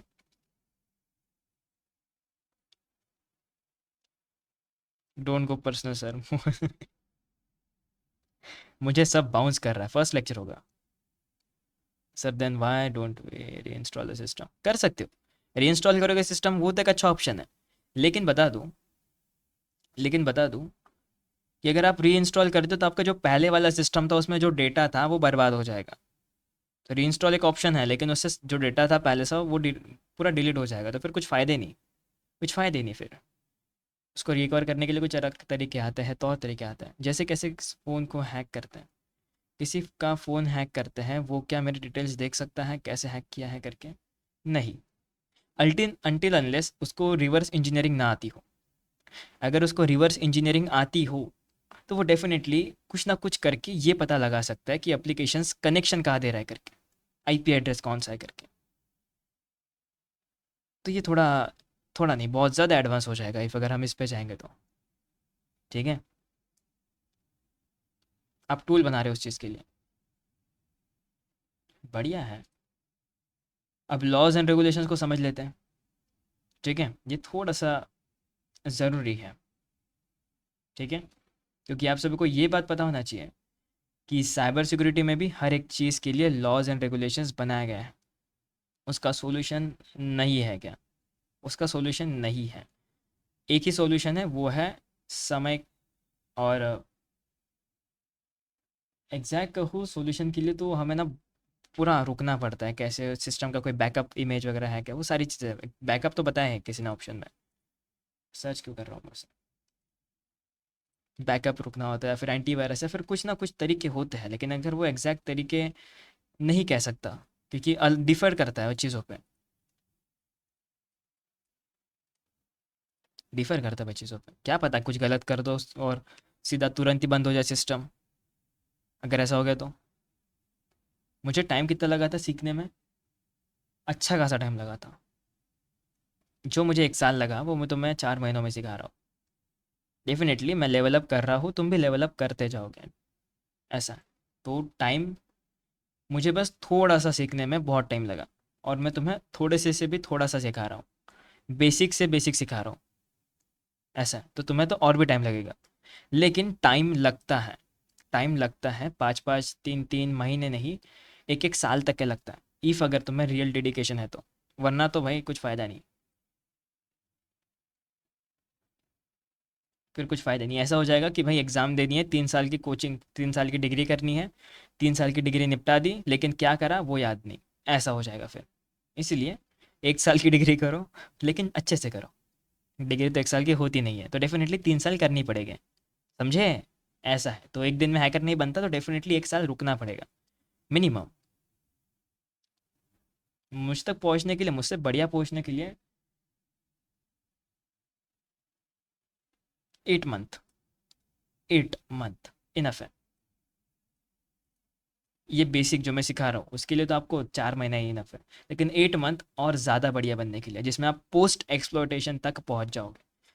एक्सप्लोइटेशन के बाद क्या होता है वो तक पहुँच जाओगे, क्योंकि बहुत कुछ है यार सीखने के लिए, बहुत कुछ अपडेट होते भी रही है इसलिए। तो अब रिस्क को समझ तो लिया, लेकिन तुमने बताया नहीं रिस्क सभी का क्लियर है क्या? क्लियर लिखो भैया हो तो। रिस्क सभी का क्लियर है, क्लियर लिखो, मैं आगे बढ़ता हूँ, मुझे कंफर्मेशन चाहिए आगे बढ़ने के लिए। थम्स नहीं, just need clear. Notes pen drive में है, ये नोट्स पेन ड्राइव में नहीं है, मैं आपको व्हाट्सएप पे सेंड कर दूंगा। इफ़ अगर आपको चाहिए तो आपको सपोर्ट टीम पे मेल करना होगा, आपको वैसे भी नोट्स मिल ही जाएगा उस दिन पे। जिनके लेक्चर 1 होना है उनकी न्यू बैच रेडी होगी ना, बन रही होगी। क्योंकि 10, मान लो सिर्फ 10 लोग हो गए, सिर्फ 10 लोग हो गए, या 10 छोड़ो, सिर्फ 5-6 लोग हो गए तो नई बैच नहीं बनाएंगे ऑब्वियसली। मिनिमम 20 लोग से ज़्यादा चाहिए तो एक नई बैच बना सकते हैं। तो तब तक आपको रुकना होगा, और डोंट वरी, आपका शुरुआत जो होगा उस दिन से ही होगा जो न्यू बैच से होता है। अब चेक करना, एक बार टीम से बात करना कि आपको यही बैच में कंटिन्यू रखना है या फिर नई बैच बनाएंगे करके। अगर वो हाँ कहेगी तो आपका उस दिन से फर्स्ट डे शुरू होगा, और अगर वो नहीं कहेंगी तो आपको कुछ रिकॉर्डिंग्स भेज दिए जाएंगे इसी बैच के, उसको देखना होगा फिर आपको, ताकि आप इस लेक्चर तक पहुंच जाओ। अरे, आपने ये मेंशन क्यों करा बॉय करके? अच्छा है। ओके, तो आगे बढ़े, लॉस के बारे में जान लेते हैं। अब लॉस का बेसिकली काम क्या है? लॉस का बेसिकली काम क्या है? सिंपल सा तो काम है भाई। 90% लोग तो ये भी नहीं जानते, सीख भी लेते हैं, हैकिंग सीख लेते हैं। तुम में से ही नहीं, मेरे में से भी ये 90% लोग या मेरे जैसे कुछ लोग हैकिंग तो सीख लेते हैं, लेकिन उनका पहला थॉट यही होता है कि यार भाई, किसी का इंस्टा हैक कैसे करके कर सकते हैं, कैसे करके देखें। ये होता है पहला थॉट एज अ हैकर। हाँ हाँ, मेरा नहीं रे बाबा, तुम्हारा, या फिर बहुत लोगों का होता है, तुम्हारा नहीं तो बहुत लोगों का होता है ऐसा, कि इंस्टाग्राम अकाउंट हैक करना है सर, वही तो मोटिवेशन लेके आया था करके। ऐसा नहीं होता। एक बात बता दूं, जो बाद में बताऊंगा, अभी नहीं। लेकिन एक चीज़ याद रखो कि जो साइबर लॉज है ये रियल लॉज है। और हाँ, यहाँ पे गलती करने की जेल भी मिलती है, पेनल्टी तो मिलती है। पेनल्टी मतलब फाइन्स पड़ती है, बहुत ही फाइन, कि सभी लोग अफोर्ड कर सकें। मजाक कर रहा हूँ, कोई अफोर्ड नहीं करता इतने बड़े बड़े फाइन्स। एंड डेफिनेटली जेल्स भी होती है। तो अगर तुम कुछ ऐसा कांड करते हो जो लॉस के खिलाफ है, तो बहुत प्यार से तुम्हें नोटिस आएगा, बुलावा आएगा कि जाना है भाई, महाप्रसाद बट रहा है, ऐसा करके। और तुम खुशी खुशी जाओगे, क्योंकि तुम्हारे पास कोई ऑप्शन है ही नहीं। समझे दया? दैट्स वाई साइबर लॉस को समझना ज़रूरी है। क्योंकि तुम तो इथिकल हैकर बनना चाहते हो, लेकिन तुम्हारा पहला स्टेप यही है कि क्या लीगल है और क्या नहीं है। ठीक है? क्योंकि हैकर बनने से जेल से छुटकारा नहीं मिलता, लेकिन थोड़ा समझ लेने से ज़रूर मिलता है। तो क्या है साइबर लॉस? ये रूल्स होते हैं जो वो सब कुछ कंट्रोल में रखते हैं जो भी इंटरनेट की दुनिया में सर्व किया जा रहा है। जैसे जैसे कि आपका डेटा, पर्सनल डेटा, आपके फोटोज, आपकी इमेजेस, आपके गिबली आर्ट्स, जिबली आर्ट्स जो आप प्रोनाउंस करते हो, ठीक है, जो भी चीज़ें हैं इंटरनेट की दुनिया में, जो भी डेटा आपका जा रहा है, आ रहा है, उसको सेफ रखना, प्रोटेक्ट रखना, ये लॉज के अंदर आता है। ठीक है? अब ये लॉस के अंदर हम क्या क्या कवर करेंगे?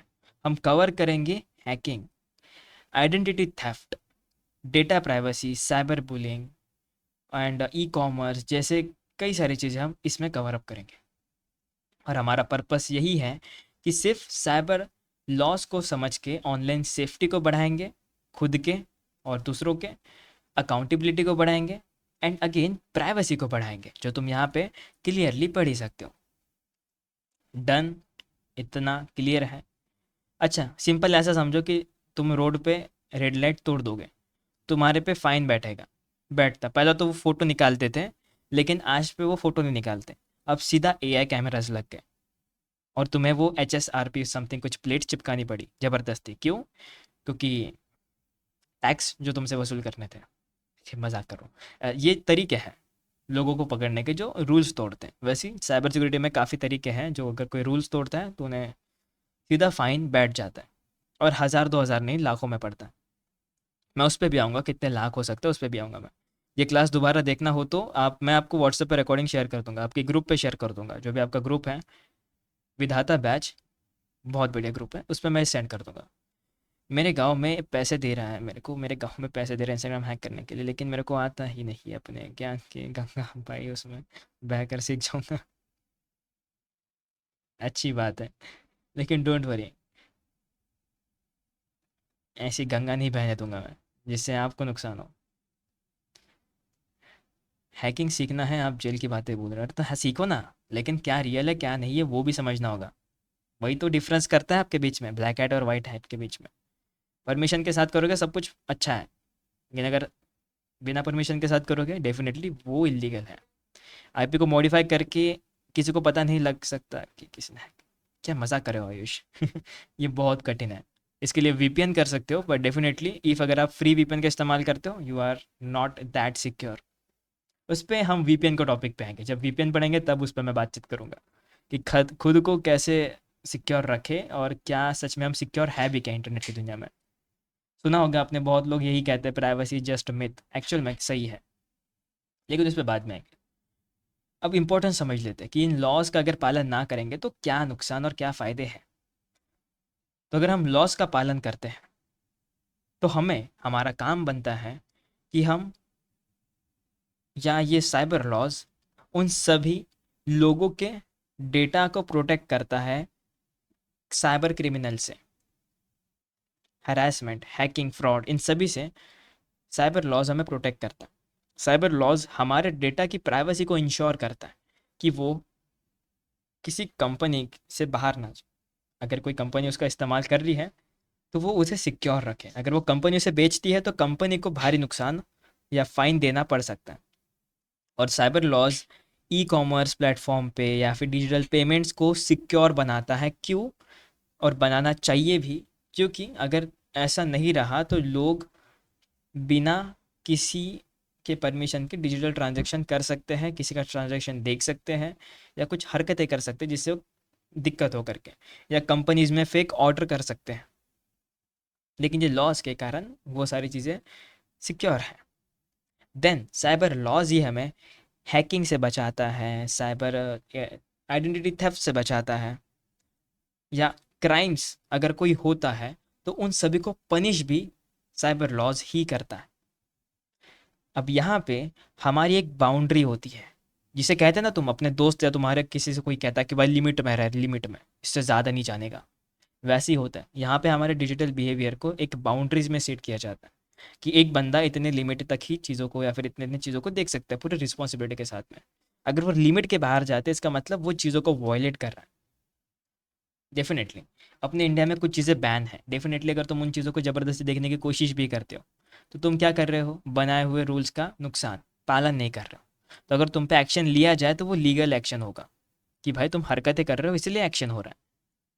समझे? अब वो किस चीज़ की बैन की बात कर रहा हो मुझे नहीं पता। नहीं नहीं, मैं टिकटॉक की बात नहीं कर रहा था। अब आगे बढ़ते हैं। अब इतना तो समझ लिया कि इंपॉर्टेंट क्यों है, क्योंकि साइबर लॉज ये तो डिजिटल दुनिया में है, पूरा इंसाफ दिलाएगी तुम्हें। इंसाफ, अगर तुम्हारे साथ कुछ गलत होता है इंसाफ दिलाएगी। तुम्हारे साथ क्या ही गलत होगा, तुम खुद हैकर हो, लोगों के साथ गलत करोगे तो उन्हें इंसाफ दिलाएगी, उन्हें इंसाफ दिलाएगी, उन लोगों को इंसाफ दिलाएगी। ठीक है? तुम बस फाइन रेडी रखना। मजाक कर रहा हूँ, इसे टेंशन मत लेना, ठीक है? मैं बस तुम्हें अवेयर करना चाहता था, तुम टेंशन मत लो, तुम्हें कोई फाइन देने की आवश्यकता नहीं है। ठीक है? अरे बाप रे, फाइन का नाम सुन के 3-4 लोग तो ऐसे ही भाग गए। अरे फाइन नहीं देना है बाबा, मजाक कर रहा था। ड्रॉप को तो फाइन देना ही है तो। मजाक कर रहा फिर से। अब देखते कुछ लॉज एंड रेगुलेशंस, क्योंकि इसी के तो ऊपर है हम। तो इंटरनेशनल लॉज कि पूरे गांव भरे में नहीं पूरे दुनिया भर में चलते हैं। पहला जीडीपीआर है, हर एक कंपनी को मानना ही पड़ता है। क्या है कि अपने पर्सनल डेटा को प्रोटेक्ट करो। कब बनाया, किसने बनाया था? यूरोपियन यूनियन ने बनाया था। हाँ, क्यों बनाया था? ताकि उनके लोगों का डेटा सेफ रहे। लेकिन अब वही प्रोटेक्शन रेगुलेशन हर जगह पे पूरे इंटरनेशनली वर्ल्ड वाइड है। ये डेटा प्राइवेसी का लॉ है। अगर आपका डेटा का मिसयूज हो रहा है तो कंपनी को फाइन मिलता है। कंपनी को फाइन मिलता है अगर आपका डेटा मिसयूज हो रहा है। दिन आता है Budapest convention on cyber crime. Definitely ये पहला ऐसा ग्लोबल साइबर क्राइम के अगेंस्ट एक लॉ है।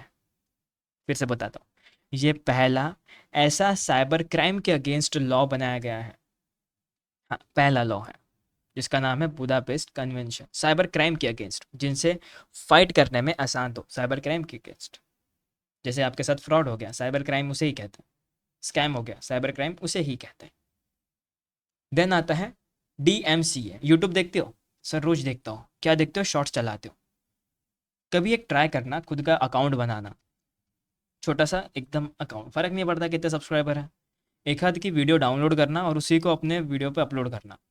किसी की अकाउंट की वीडियो डाउनलोड करना और उसी वीडियो को अपने यूट्यूब पे पेस्ट करना। क्या होता है? सर कॉपीराइट स्ट्राइक मिलती है सर, कॉपीराइट स्ट्राइक।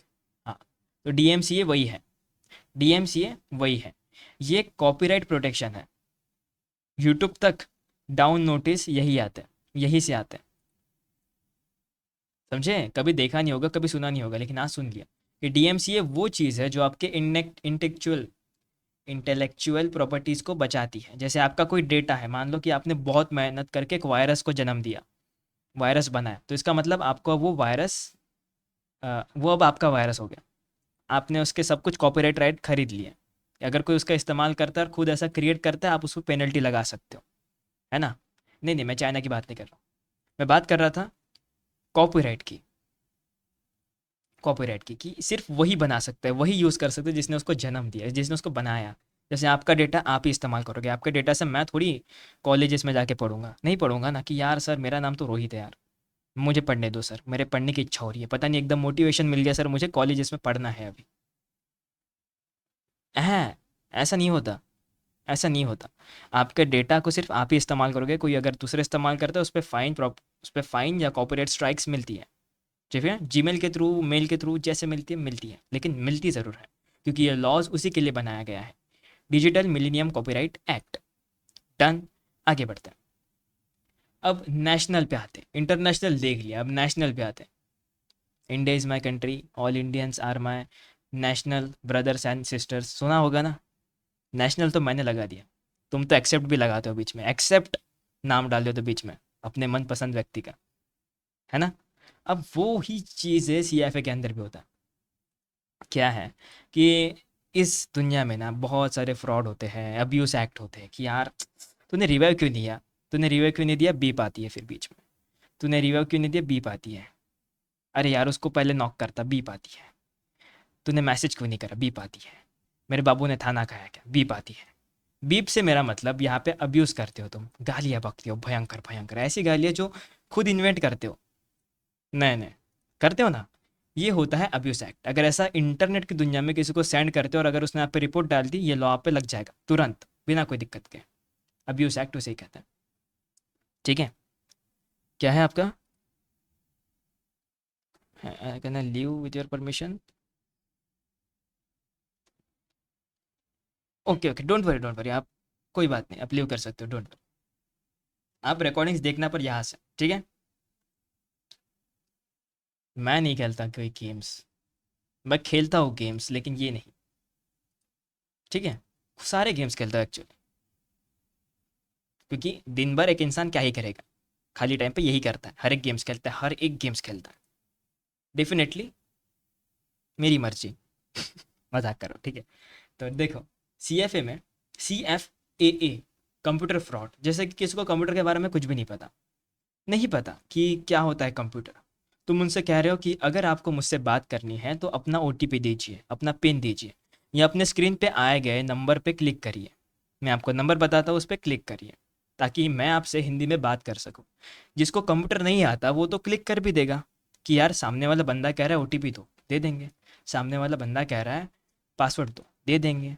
सामने वाला बंदा इंश्योरेंस कंपनी से डेटा दे देंगे, क्रेडिट कार्ड कंपनी से दे देंगे। उसे नहीं पता, फ्रॉड हो जाता है, फिर स्कैम हो जाता है फिर।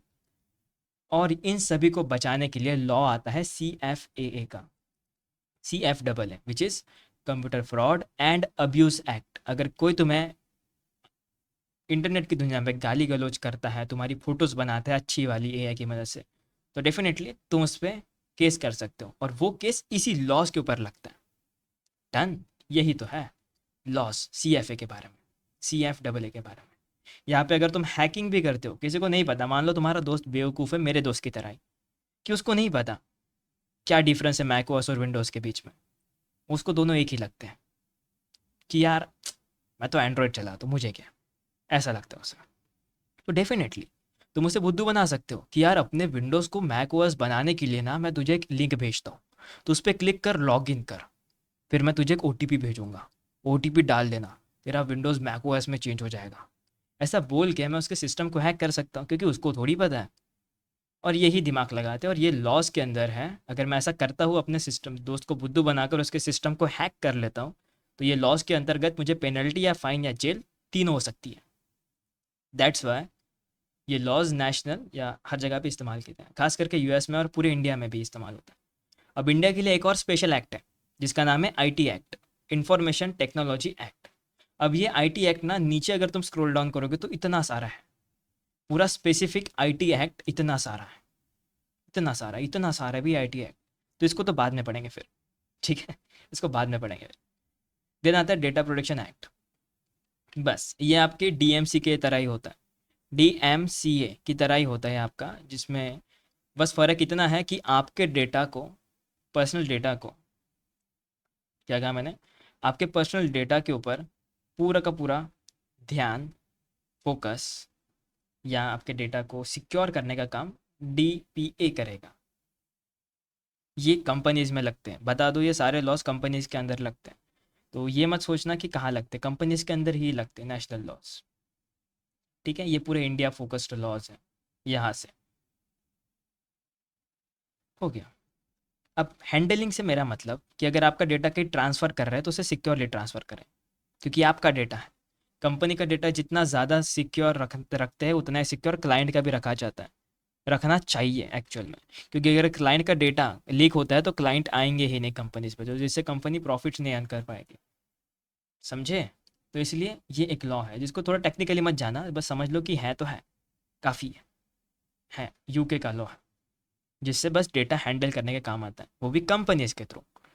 अब कुछ क्राइम्स है जो आप समझोगे अभी, जिसमें है हैकिंग है।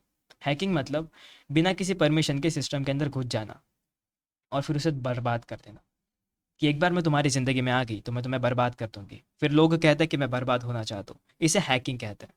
सुना है कहीं? नहीं सुना क्या? कोई बात नहीं, इसे तुम कन्वर्ट कर सकते हो कि अगर एक बार मैं तुम्हारी ज़िंदगी में आ गया तो हम खुश रहेंगे। आगे कुछ कहना है या फिर पता है? सभी को पता है। नाइस, ये तो पता ही था तुम्हें वैसे भी। और इसे हैकिंग कहते हैं कि बिना किसी परमिशन के किसी के सिस्टम के अंदर जाओगे, किसी की ज़िंदगी के अंदर जाओगे तो इलीगल माना जाएगा, ठीक है। यही तो हैकिंग है। एंड देन आता है आइडेंटिटी थेफ्ट। होता है कि कभी कभी तुम बहाना देते हो अपने मम्मी को कि मम्मी मैं बाहर आया हूँ, मैं बाहर आई हूँ, अपने कॉलेज में हूँ, कॉलेज में एक्स्ट्रा क्लासेस चल रही है, लो मम्मी आप सर से बात कर लो, आप सर से बात कर लो, ठीक है। तो अब सर जो है नकली वाला, आपका दोस्त आपके सर की इन्फॉर्मेशन उठा लेता है, उनके नाम पे आप पे मम्मी से बात करता है कि हाँ हाँ जी बहन जी, हाँ नहीं नहीं आपका बेटा बड़ा अच्छा पढ़ रहा है, नहीं नहीं अच्छा अच्छा, हाँ बस कुछ आधे घंटे में छुट, आधे नहीं 2-3 घंटे में छोड़ देंगे, अब जो डीसी है हमारा, डाउट क्लास बहुत लंबा है, तो बिल्कुल छोड़ देंगे, जल्दी छोड़ देंगे। किसी की आइडेंटिटी चुरा कर उनसे फ्रॉड करना, होता है ऐसा। मेरे दोस्तों ने लाइब्रेरी के टाइम पे करा था, जब मैं कॉलेजेस में था। लेकिन किसकी मम्मी थी? उसकी मम्मी थी। और अब तो दोस्त एक थोड़ी है, मेरे 2-3 थे ना दोस्त, तो उन्होंने ही करा था। मैं बस तुम्हें कहानी बता रहा था कि ऐसा उन्होंने करा था, और इसे ही आइडेंटिटी थेफ्ट कहते हैं। और इंटरनेट की दुनिया में ना, हम ऐसा तब करते हैं जब फ्रॉड करना हो, कि मैं इंश्योरेंस कंपनी से बात कर रहा हूँ, मैं क्रेडिट कार्ड कंपनी से बात कर रहा हूँ, और हमारी कंपनी का नाम ये है, फलाना ढिमकाना जो भी है, और उससे फ्रॉड करते हैं। या फिर तुम अपने प्रोफाइल पे एलोन मस्क की फ़ोटो लगा दो, 2-3 डीपी लगा दो और अपलोड कर दो, तुम्हारा एलोन मस्क का अकाउंट बन जाएगा, पर तुम एलोन मस्क हो नहीं। तो ये हमें पता है, लेकिन फ्रॉड करने के काम आ जाएगा अकाउंट। लेकिन तुम किसी का डेटा नहीं, किसी की पर्सनल इंफॉर्मेशन चुरा रहे हो, उसकी आइडेंटिटी चुरा रहे हो, जिसे ही तो आइडेंटिटी थेफ्ट कहा जाता है। और इसको करने के बाद आप फ्रॉड करते हो, बेसिकली आप नहीं करोगे लेकिन फ्रॉड होता है। इंग्लिश में इसे कुछ ऐसे कहते हैं कि इम्पर्सनेटिंग समवंस ऑनलाइन, ठीक है।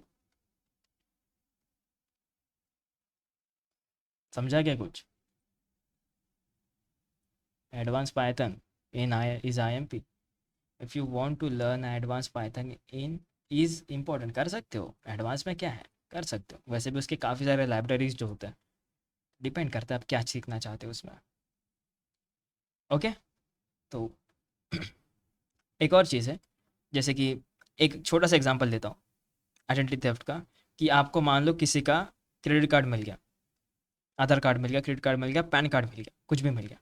अब आप उसी का डेटा इस्तेमाल करके कहीं पे भी लॉगिन करते रहो, उसका इन्फॉर्मेशन आप कहीं पे भी इस्तेमाल करते रहो, किसी का डेटा चुरा के कहीं पे भी इस्तेमाल करो, जिसे कहते हैं आइडेंटिटी थेफ्ट।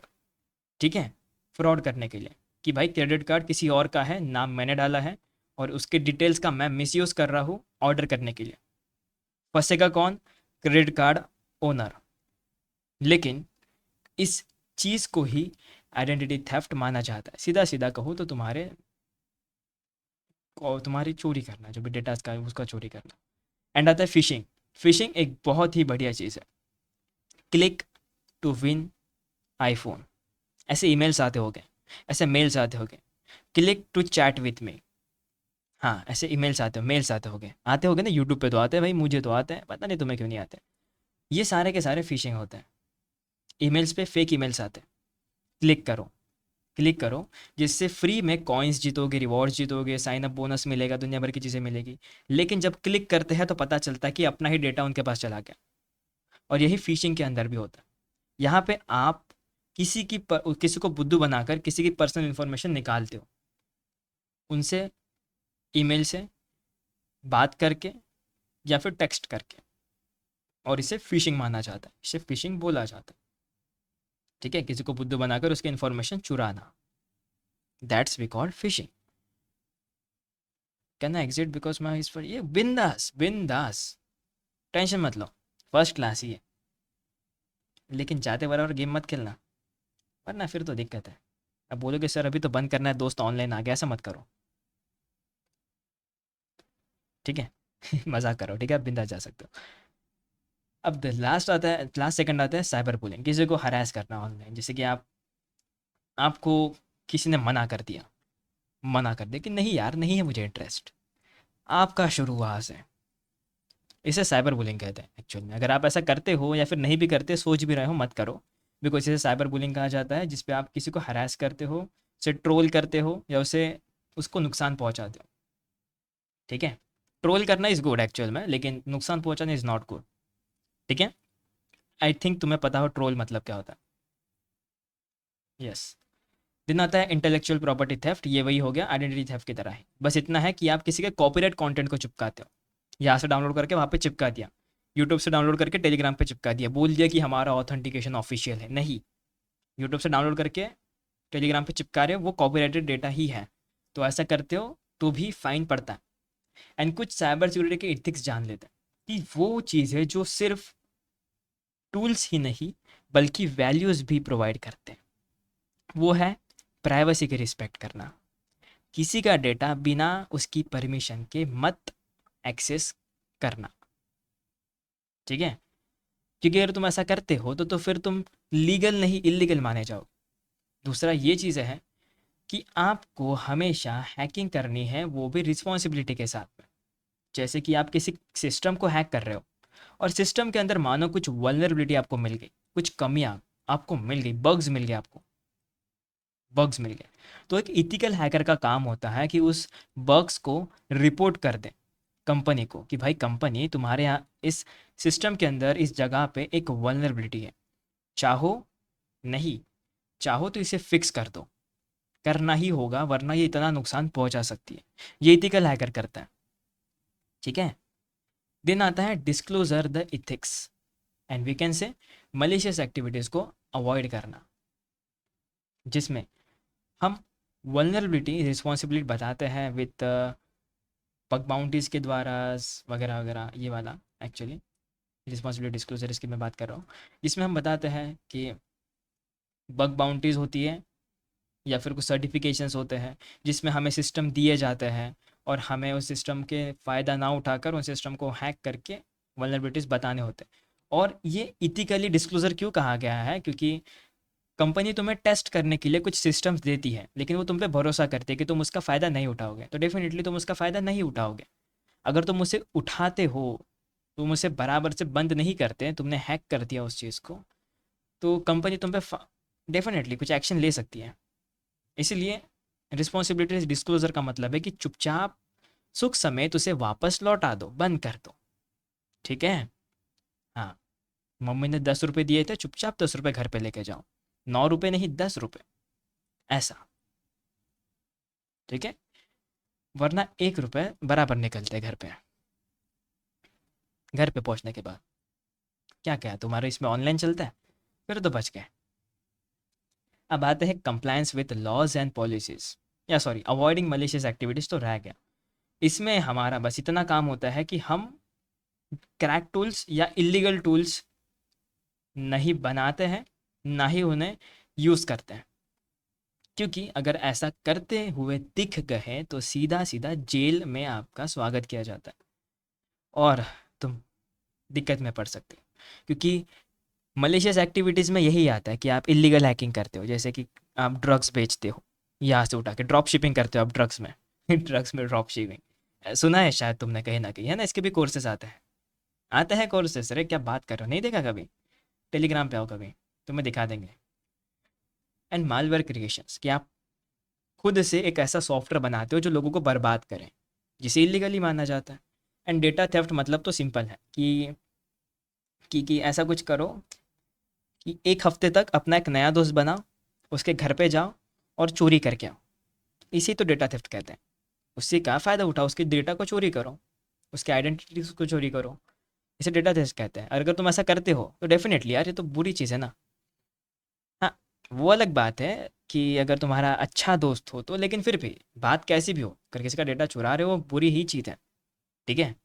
लेकिन अगर परमिशन के साथ करो, ऐसी चीज़ें कोई परमिशन के साथ करता भी नहीं है, डेटा चुराना कोई परमिशन के साथ होता भी नहीं है, ठीक है। तो डेफिनेटली ये है अनइथिकल, और ड्रग्स की ड्रॉप शिपिंग नहीं होती है, ठीक है, नहीं होती है। अगर होती भी है तो नहीं पता चलेगी, ठीक है। और जिसको पता चलती है तो उनसे मिलना हो तो मैं तुम्हें जल्दी तुम्हें पुलिस एड्रेस का मतलब पुलिस स्टेशन का एड्रेस देता हूँ। वहाँ पे हैं ऐसे लोग जो इस ड्रॉप शिपिंग में बहुत लोग कमाते हैं, बहुत कमाते हैं, वो भी डॉलर्स में। अर्निंग ज़्यादा ही है लेकिन इन्वेस्टमेंट भी उतना ही है, 5 कमाएंगे तो 3 गवाएंगे, ऐसा है। जेल में रिश्वत देने के ज़्यादा पर्सनल हो गया, तो टॉपिक पे आगे बढ़ते हैं, ठीक है। मजाक करो, ये जो भी घटना है इसका वास्तविक से कोई लेना देना नहीं, ये डिस्क्लेमर है आज के लेक्चर का। जो जितनी भी घटना है ये बस एंटरटेनमेंट के लिए है, ताकि चीज़ें समझ में आए। इसको वास्तविकता से अगर जोड़ रहे हो तो इसमें मेरी कोई प्रॉब्लम नहीं है, ठीक है। हाँ, बस इतना डिस्क्लेमर दे दिया मैंने, इसको शुरुआत में देना पड़ेगा अगले साल से, अगले लेक्चर से। और बस अब ITX को समझते हैं, देन सेशन को एंड अप करते हैं। इसमें ज़्यादा कुछ है नहीं, मतलब इसमें बहुत कुछ है लेकिन सारी चीज़ें सेम सेम ही है। सेक्शन नंबर 66 जिसे कहते हैं IT एक्ट, सेक्शन 66। अब इसमें ABCD आती है, इसमें ABCD EFG सब कुछ आता है इसमें। Section 66 IT act. अब 66 बेसिकली बनता है हैकिंग के लिए, जिसका मेन काम क्या है सभी को पता है। किसी का डेटा बिना परमिशन से हैक करना, किसी को बर्बाद करना उसके सिस्टम में घुस के, इसे हैकिंग कहते हैं। डेटा चुराना सेक्शन 43B में आता है, जिसमें आप किसी के सिस्टम में घुस जाते हो और उसके सिस्टम से डेटा डाउनलोड करते हो, कुछ कॉपीराइट कंटेंट डाउनलोड करते हो या फिर कोई भी डेटा डाउनलोड करते हो। अगर ऐसा करते हो तो आपको पेनल्टी लग सकती है, वो भी आपको जिसके सिस्टम को आपने हैक करा है उसको कंपनसेशन देना होगा। और हैकिंग अगर करते हो तो आपको 3 साल तक की जेल और 5 लाख तक के जुर्माना देना होगा, या फिर दोनों देना होगा। अगर कुछ ज़्यादा ही बड़ी हैकिंग करी है तो दोनों देना होगा, ठीक है। नाम बड़ा करना है ना अपना, तो दोनों देना होगा, ठीक है। मत करना बड़ा, इतना भी बड़ा मत करना कि सीधा न्यूज़पेपर पे है। देन आता है ईमेल स्पूफिंग एंड स्पिशिंग, फिशिंग एक्चुअली ये तो सभी को पता है, लेकिन बता दूं फिर भी टाइम पास करने के लिए, कि फिशिंग मतलब फ्रॉड करना किसी के साथ, बिना उसकी इंफॉर्मेशन उसको बुद्धू बना के निकालना, ठीक है। और ईमेल स्पूफिंग मतलब कि ये, ओके, drop.org.in, इसमें .in के लिखता हूँ, सपोर्ट @drop.org.in, ठीक है। एंड support@drop.org.in, ठीक है। .org नहीं, 0org.in। तो डेफिनेटली ये ओरिजिनल है, ये डुप्लीकेट है, ठीक है। ये एक तरीका है स्पूफ करने का। या फिर आप इसको मास्क कर सकते हो, उसके ऊपर एक अच्छी लेयर चढ़ा सकते हो किसी दूसरे मलेशियस ईमेल की, ठीक है। लेकिन वो चीज़ें थोड़ी कॉम्प्लिकेटेड है। लेकिन वो चीज़ें डेफिनेटली इलीगल भी है। सेक्शन नंबर 66C के अनुसार आपको जेल लग सकती है 3 साल की, या फाइन देना पड़ सकता है 1 लाख का। इसमें बोथ का ऑप्शन नहीं है, लेकिन अगर आपकी हरकतें कुछ ऐसी हो तो बोथ लग भी सकता है। ठीक है, मेरा दोस्त अच्छा था, लेकिन अब वो कंपनसेशन दे रहा है। मेरी फोटो वोटो नहीं दिखेगी तुम्हें, मेरा वॉलपेपर देख लेना, उस पर काफ़ी है। एंड देन आता है साइबर स्टॉकिंग। ये बहुत अच्छा है, पता है क्या? यू क्यों? क्योंकि आप सभी को पता होगा कि यार आजकल के ज़माने में लोग सेफ नहीं है, फ्रेंड्स, फीमेल्स, मेल्स, दोनों तीनों सेफ नहीं है। कुछ तो ड्रम्स में मिलते हैं, कुछ रास्तों पे, है ना? तो दोनों सेफ नहीं है आज के ज़माने में, है कि नहीं? तो साइबर स्टॉकिंग में ना, इस कंसेप्ट में आप किसी को ऑफेंसिव मैसेजेस सेंड करते हो। Yes, you heard it right, गाली गलौज, इसे ही तो कहते हैं ऑफेंसिव मैसेज। और क्या होता है? यही तो होता है ना। मुझे नहीं पता यार, मैंने तो यही सीखा था। तुमने क्या सीखा है वैसे इसमें, पता नहीं।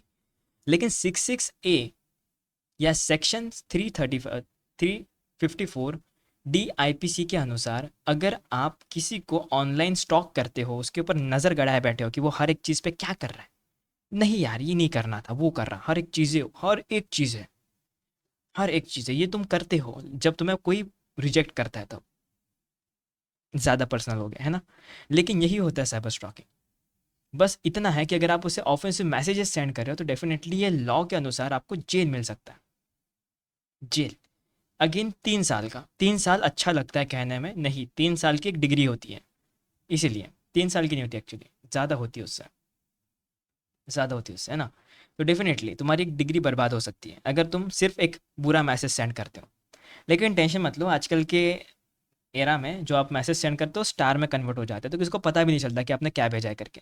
तो बिंदास मैसेज भेजने का सोचना भी मत, सोचना भी मत, क्योंकि सेम चीज़ है, इलीगल है। अगर स्टार दिख गया मतलब कुछ हरकतें करी है करके।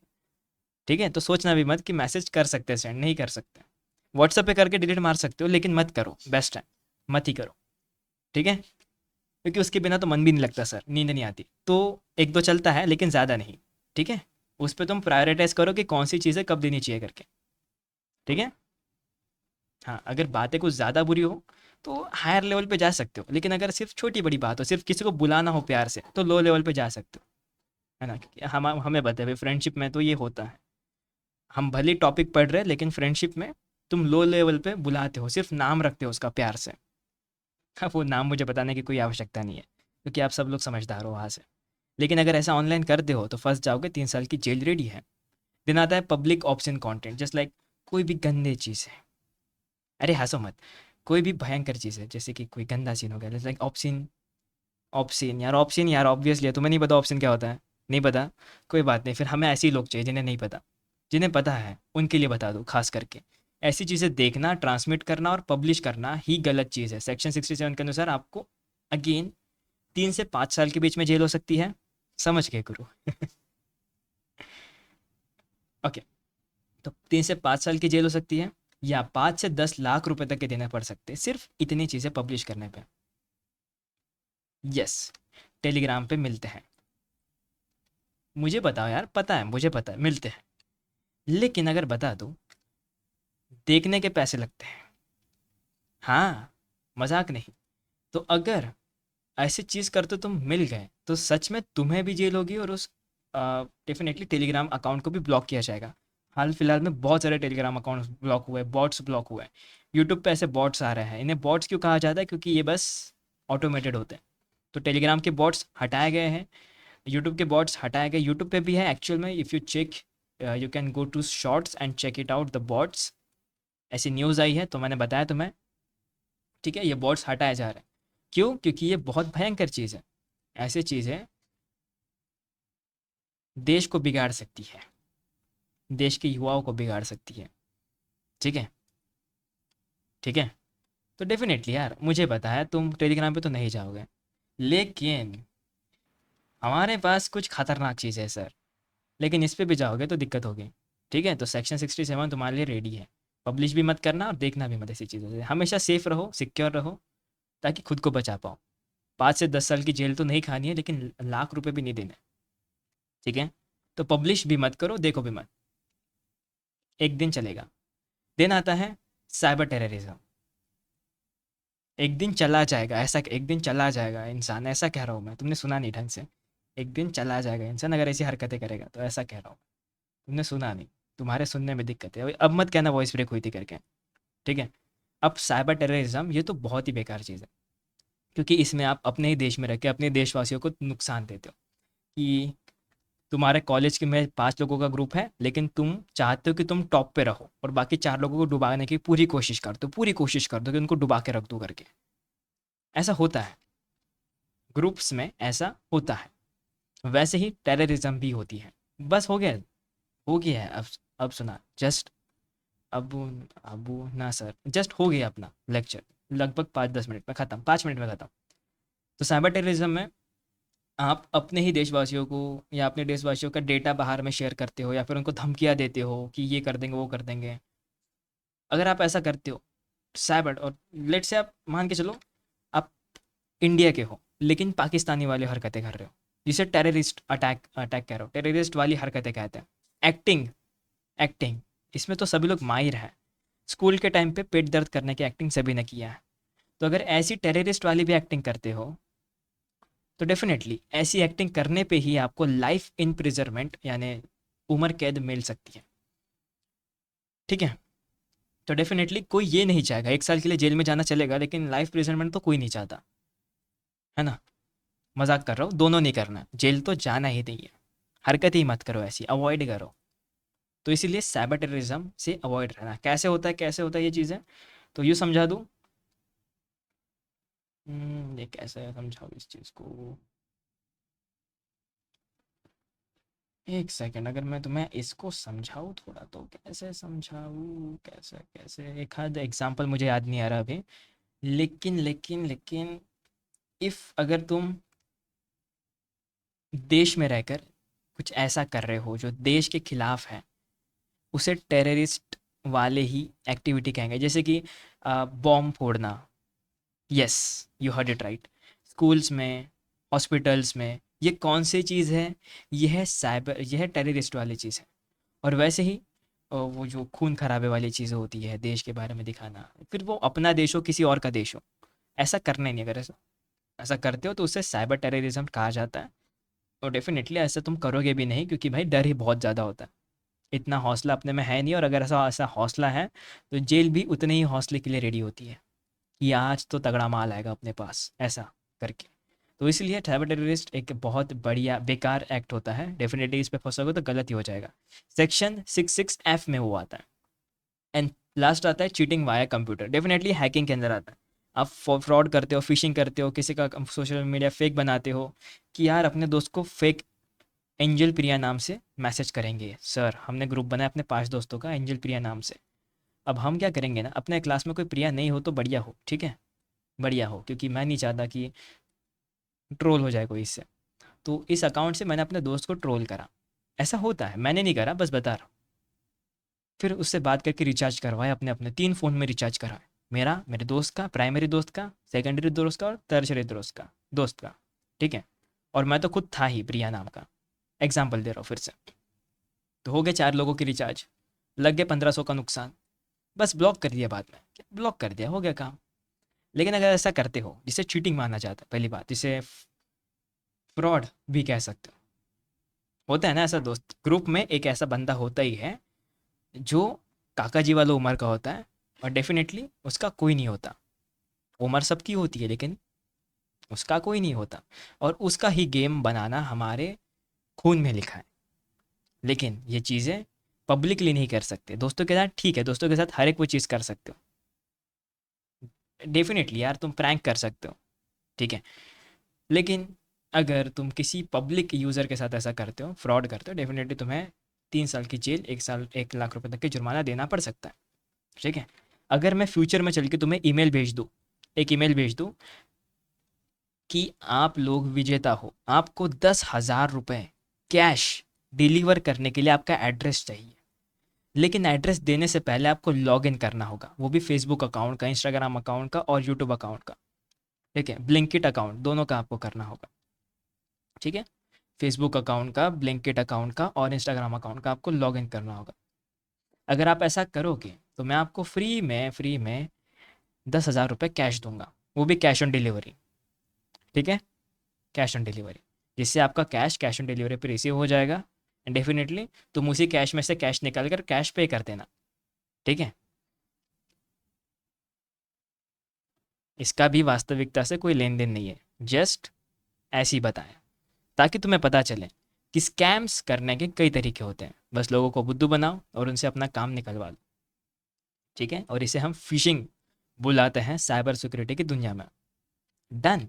अब डिनाल ऑफ सर्विस ये एक अटैक होता है जिसमें हम किसी चल रहे सिस्टम के ऊपर बहुत सारे फेक रिस्पॉन्स या फेक रिक्वेस्ट भेजते हैं, जिसके कारण वो सिस्टम झेल नहीं पाता और बंद हो जाता है। जैसे जैसे जैसे कि मान लो कि मेरा राउटर के पास कैपेसिटी है 10 लोगों को यूज़ करने की, कि भाई वो सिर्फ 10 लोग उससे कनेक्ट हो सकते हैं। 1 2 3 4 5 6 10। ठीक है, 10 लोग कनेक्ट हो गए। अब हैकर आएगा और हैकर ज़बरदस्ती ज़बरदस्ती और 200 उसमें यूज़र डालेगा। 200 यूज़र उसमें फेंकेगा, ज़बरदस्ती रिक्वेस्ट भेजेगा। भेजेगा मतलब रिक्वेस्ट रन करेगा कि इसको भी कनेक्ट करना, इसको भी कनेक्ट करना, इसको भी कनेक्ट करना, करना करना करना करना, ऐसा करके 200 रिक्वेस्ट भेजेगा। अब राउटर वो झेल नहीं पाएगा, तो राउटर हो जाएगा बंद। ऐसे ही सर्वर भी होते हैं। जैसे एक वेबसाइट, ड्रॉप की वेबसाइट, मान लो ड्रॉप की वेबसाइट पे एक साथ 1 लाख लोग देख सकते हैं। 1 लाख नहीं, 10,000, 1,000 लोग देख सकते हैं, मान के चलते हैं 1,000 लोग देख सकते हैं। सिर्फ 1,000 लोग एक ही बार में देख सकते हैं। उससे ज़्यादा अगर एक भी आता है तो सिस्टम लैग होना शुरू होगा या फिर वेबसाइट क्रैश होना शुरू हो जाएगी। तो यू हैकर क्या करता है, ड्रॉप की वेबसाइट पे 10,000 फेक यूज़र भेजता है, फेक यूज़र भेजता है, जिसके कारण जो सर्विस थी, वेबसाइट की सर्विस थी, वो डिनाई हो जाती है। जो ओरिजिनल व्यक्ति है, जैसे कि मैं, आप लोग वेबसाइट देखने जाते हो, वेबसाइट चलेगी ही नहीं, क्योंकि हैकर ने मलेशियस रिक्वेस्ट भेज के रखी है, फेक रिक्वेस्ट भेज के रखी है, और सिस्टम उसे झेल नहीं सकता, तो सिस्टम क्रैश या डाउन हो जाता है, जिसे कहते हैं डिनाइल ऑफ सर्विस। डिनाइल मतलब वो सर्विस को मना कर रहा है, आपको मना कर रहा है सर्विस देने के लिए, क्योंकि अवेलेबल ही नहीं है ना। अगर खाने के लिए कुछ अवेलेबल ही नहीं है तो आपको सर्विस दे बोलेगा ही कि बस इतना बोलेगा कि सर पानी है पीने के लिए, चाहिए क्या, बस इतना कहेगा। और डेफिनेटली ना, तुम रात के 12 बजे जाओगे तो तुम्हें क्या ही मिलेगा खाने के लिए। ठीक है, तो ये एग्जाम्पल था डिनाइल ऑफ सर्विस का। अगर ऐसा करते हो, किसी सिस्टम को बर्बाद करते हो, तो उस सिस्टम को तुम्हें पैसे देने होते हैं, कंपेंसेशन देना होता है।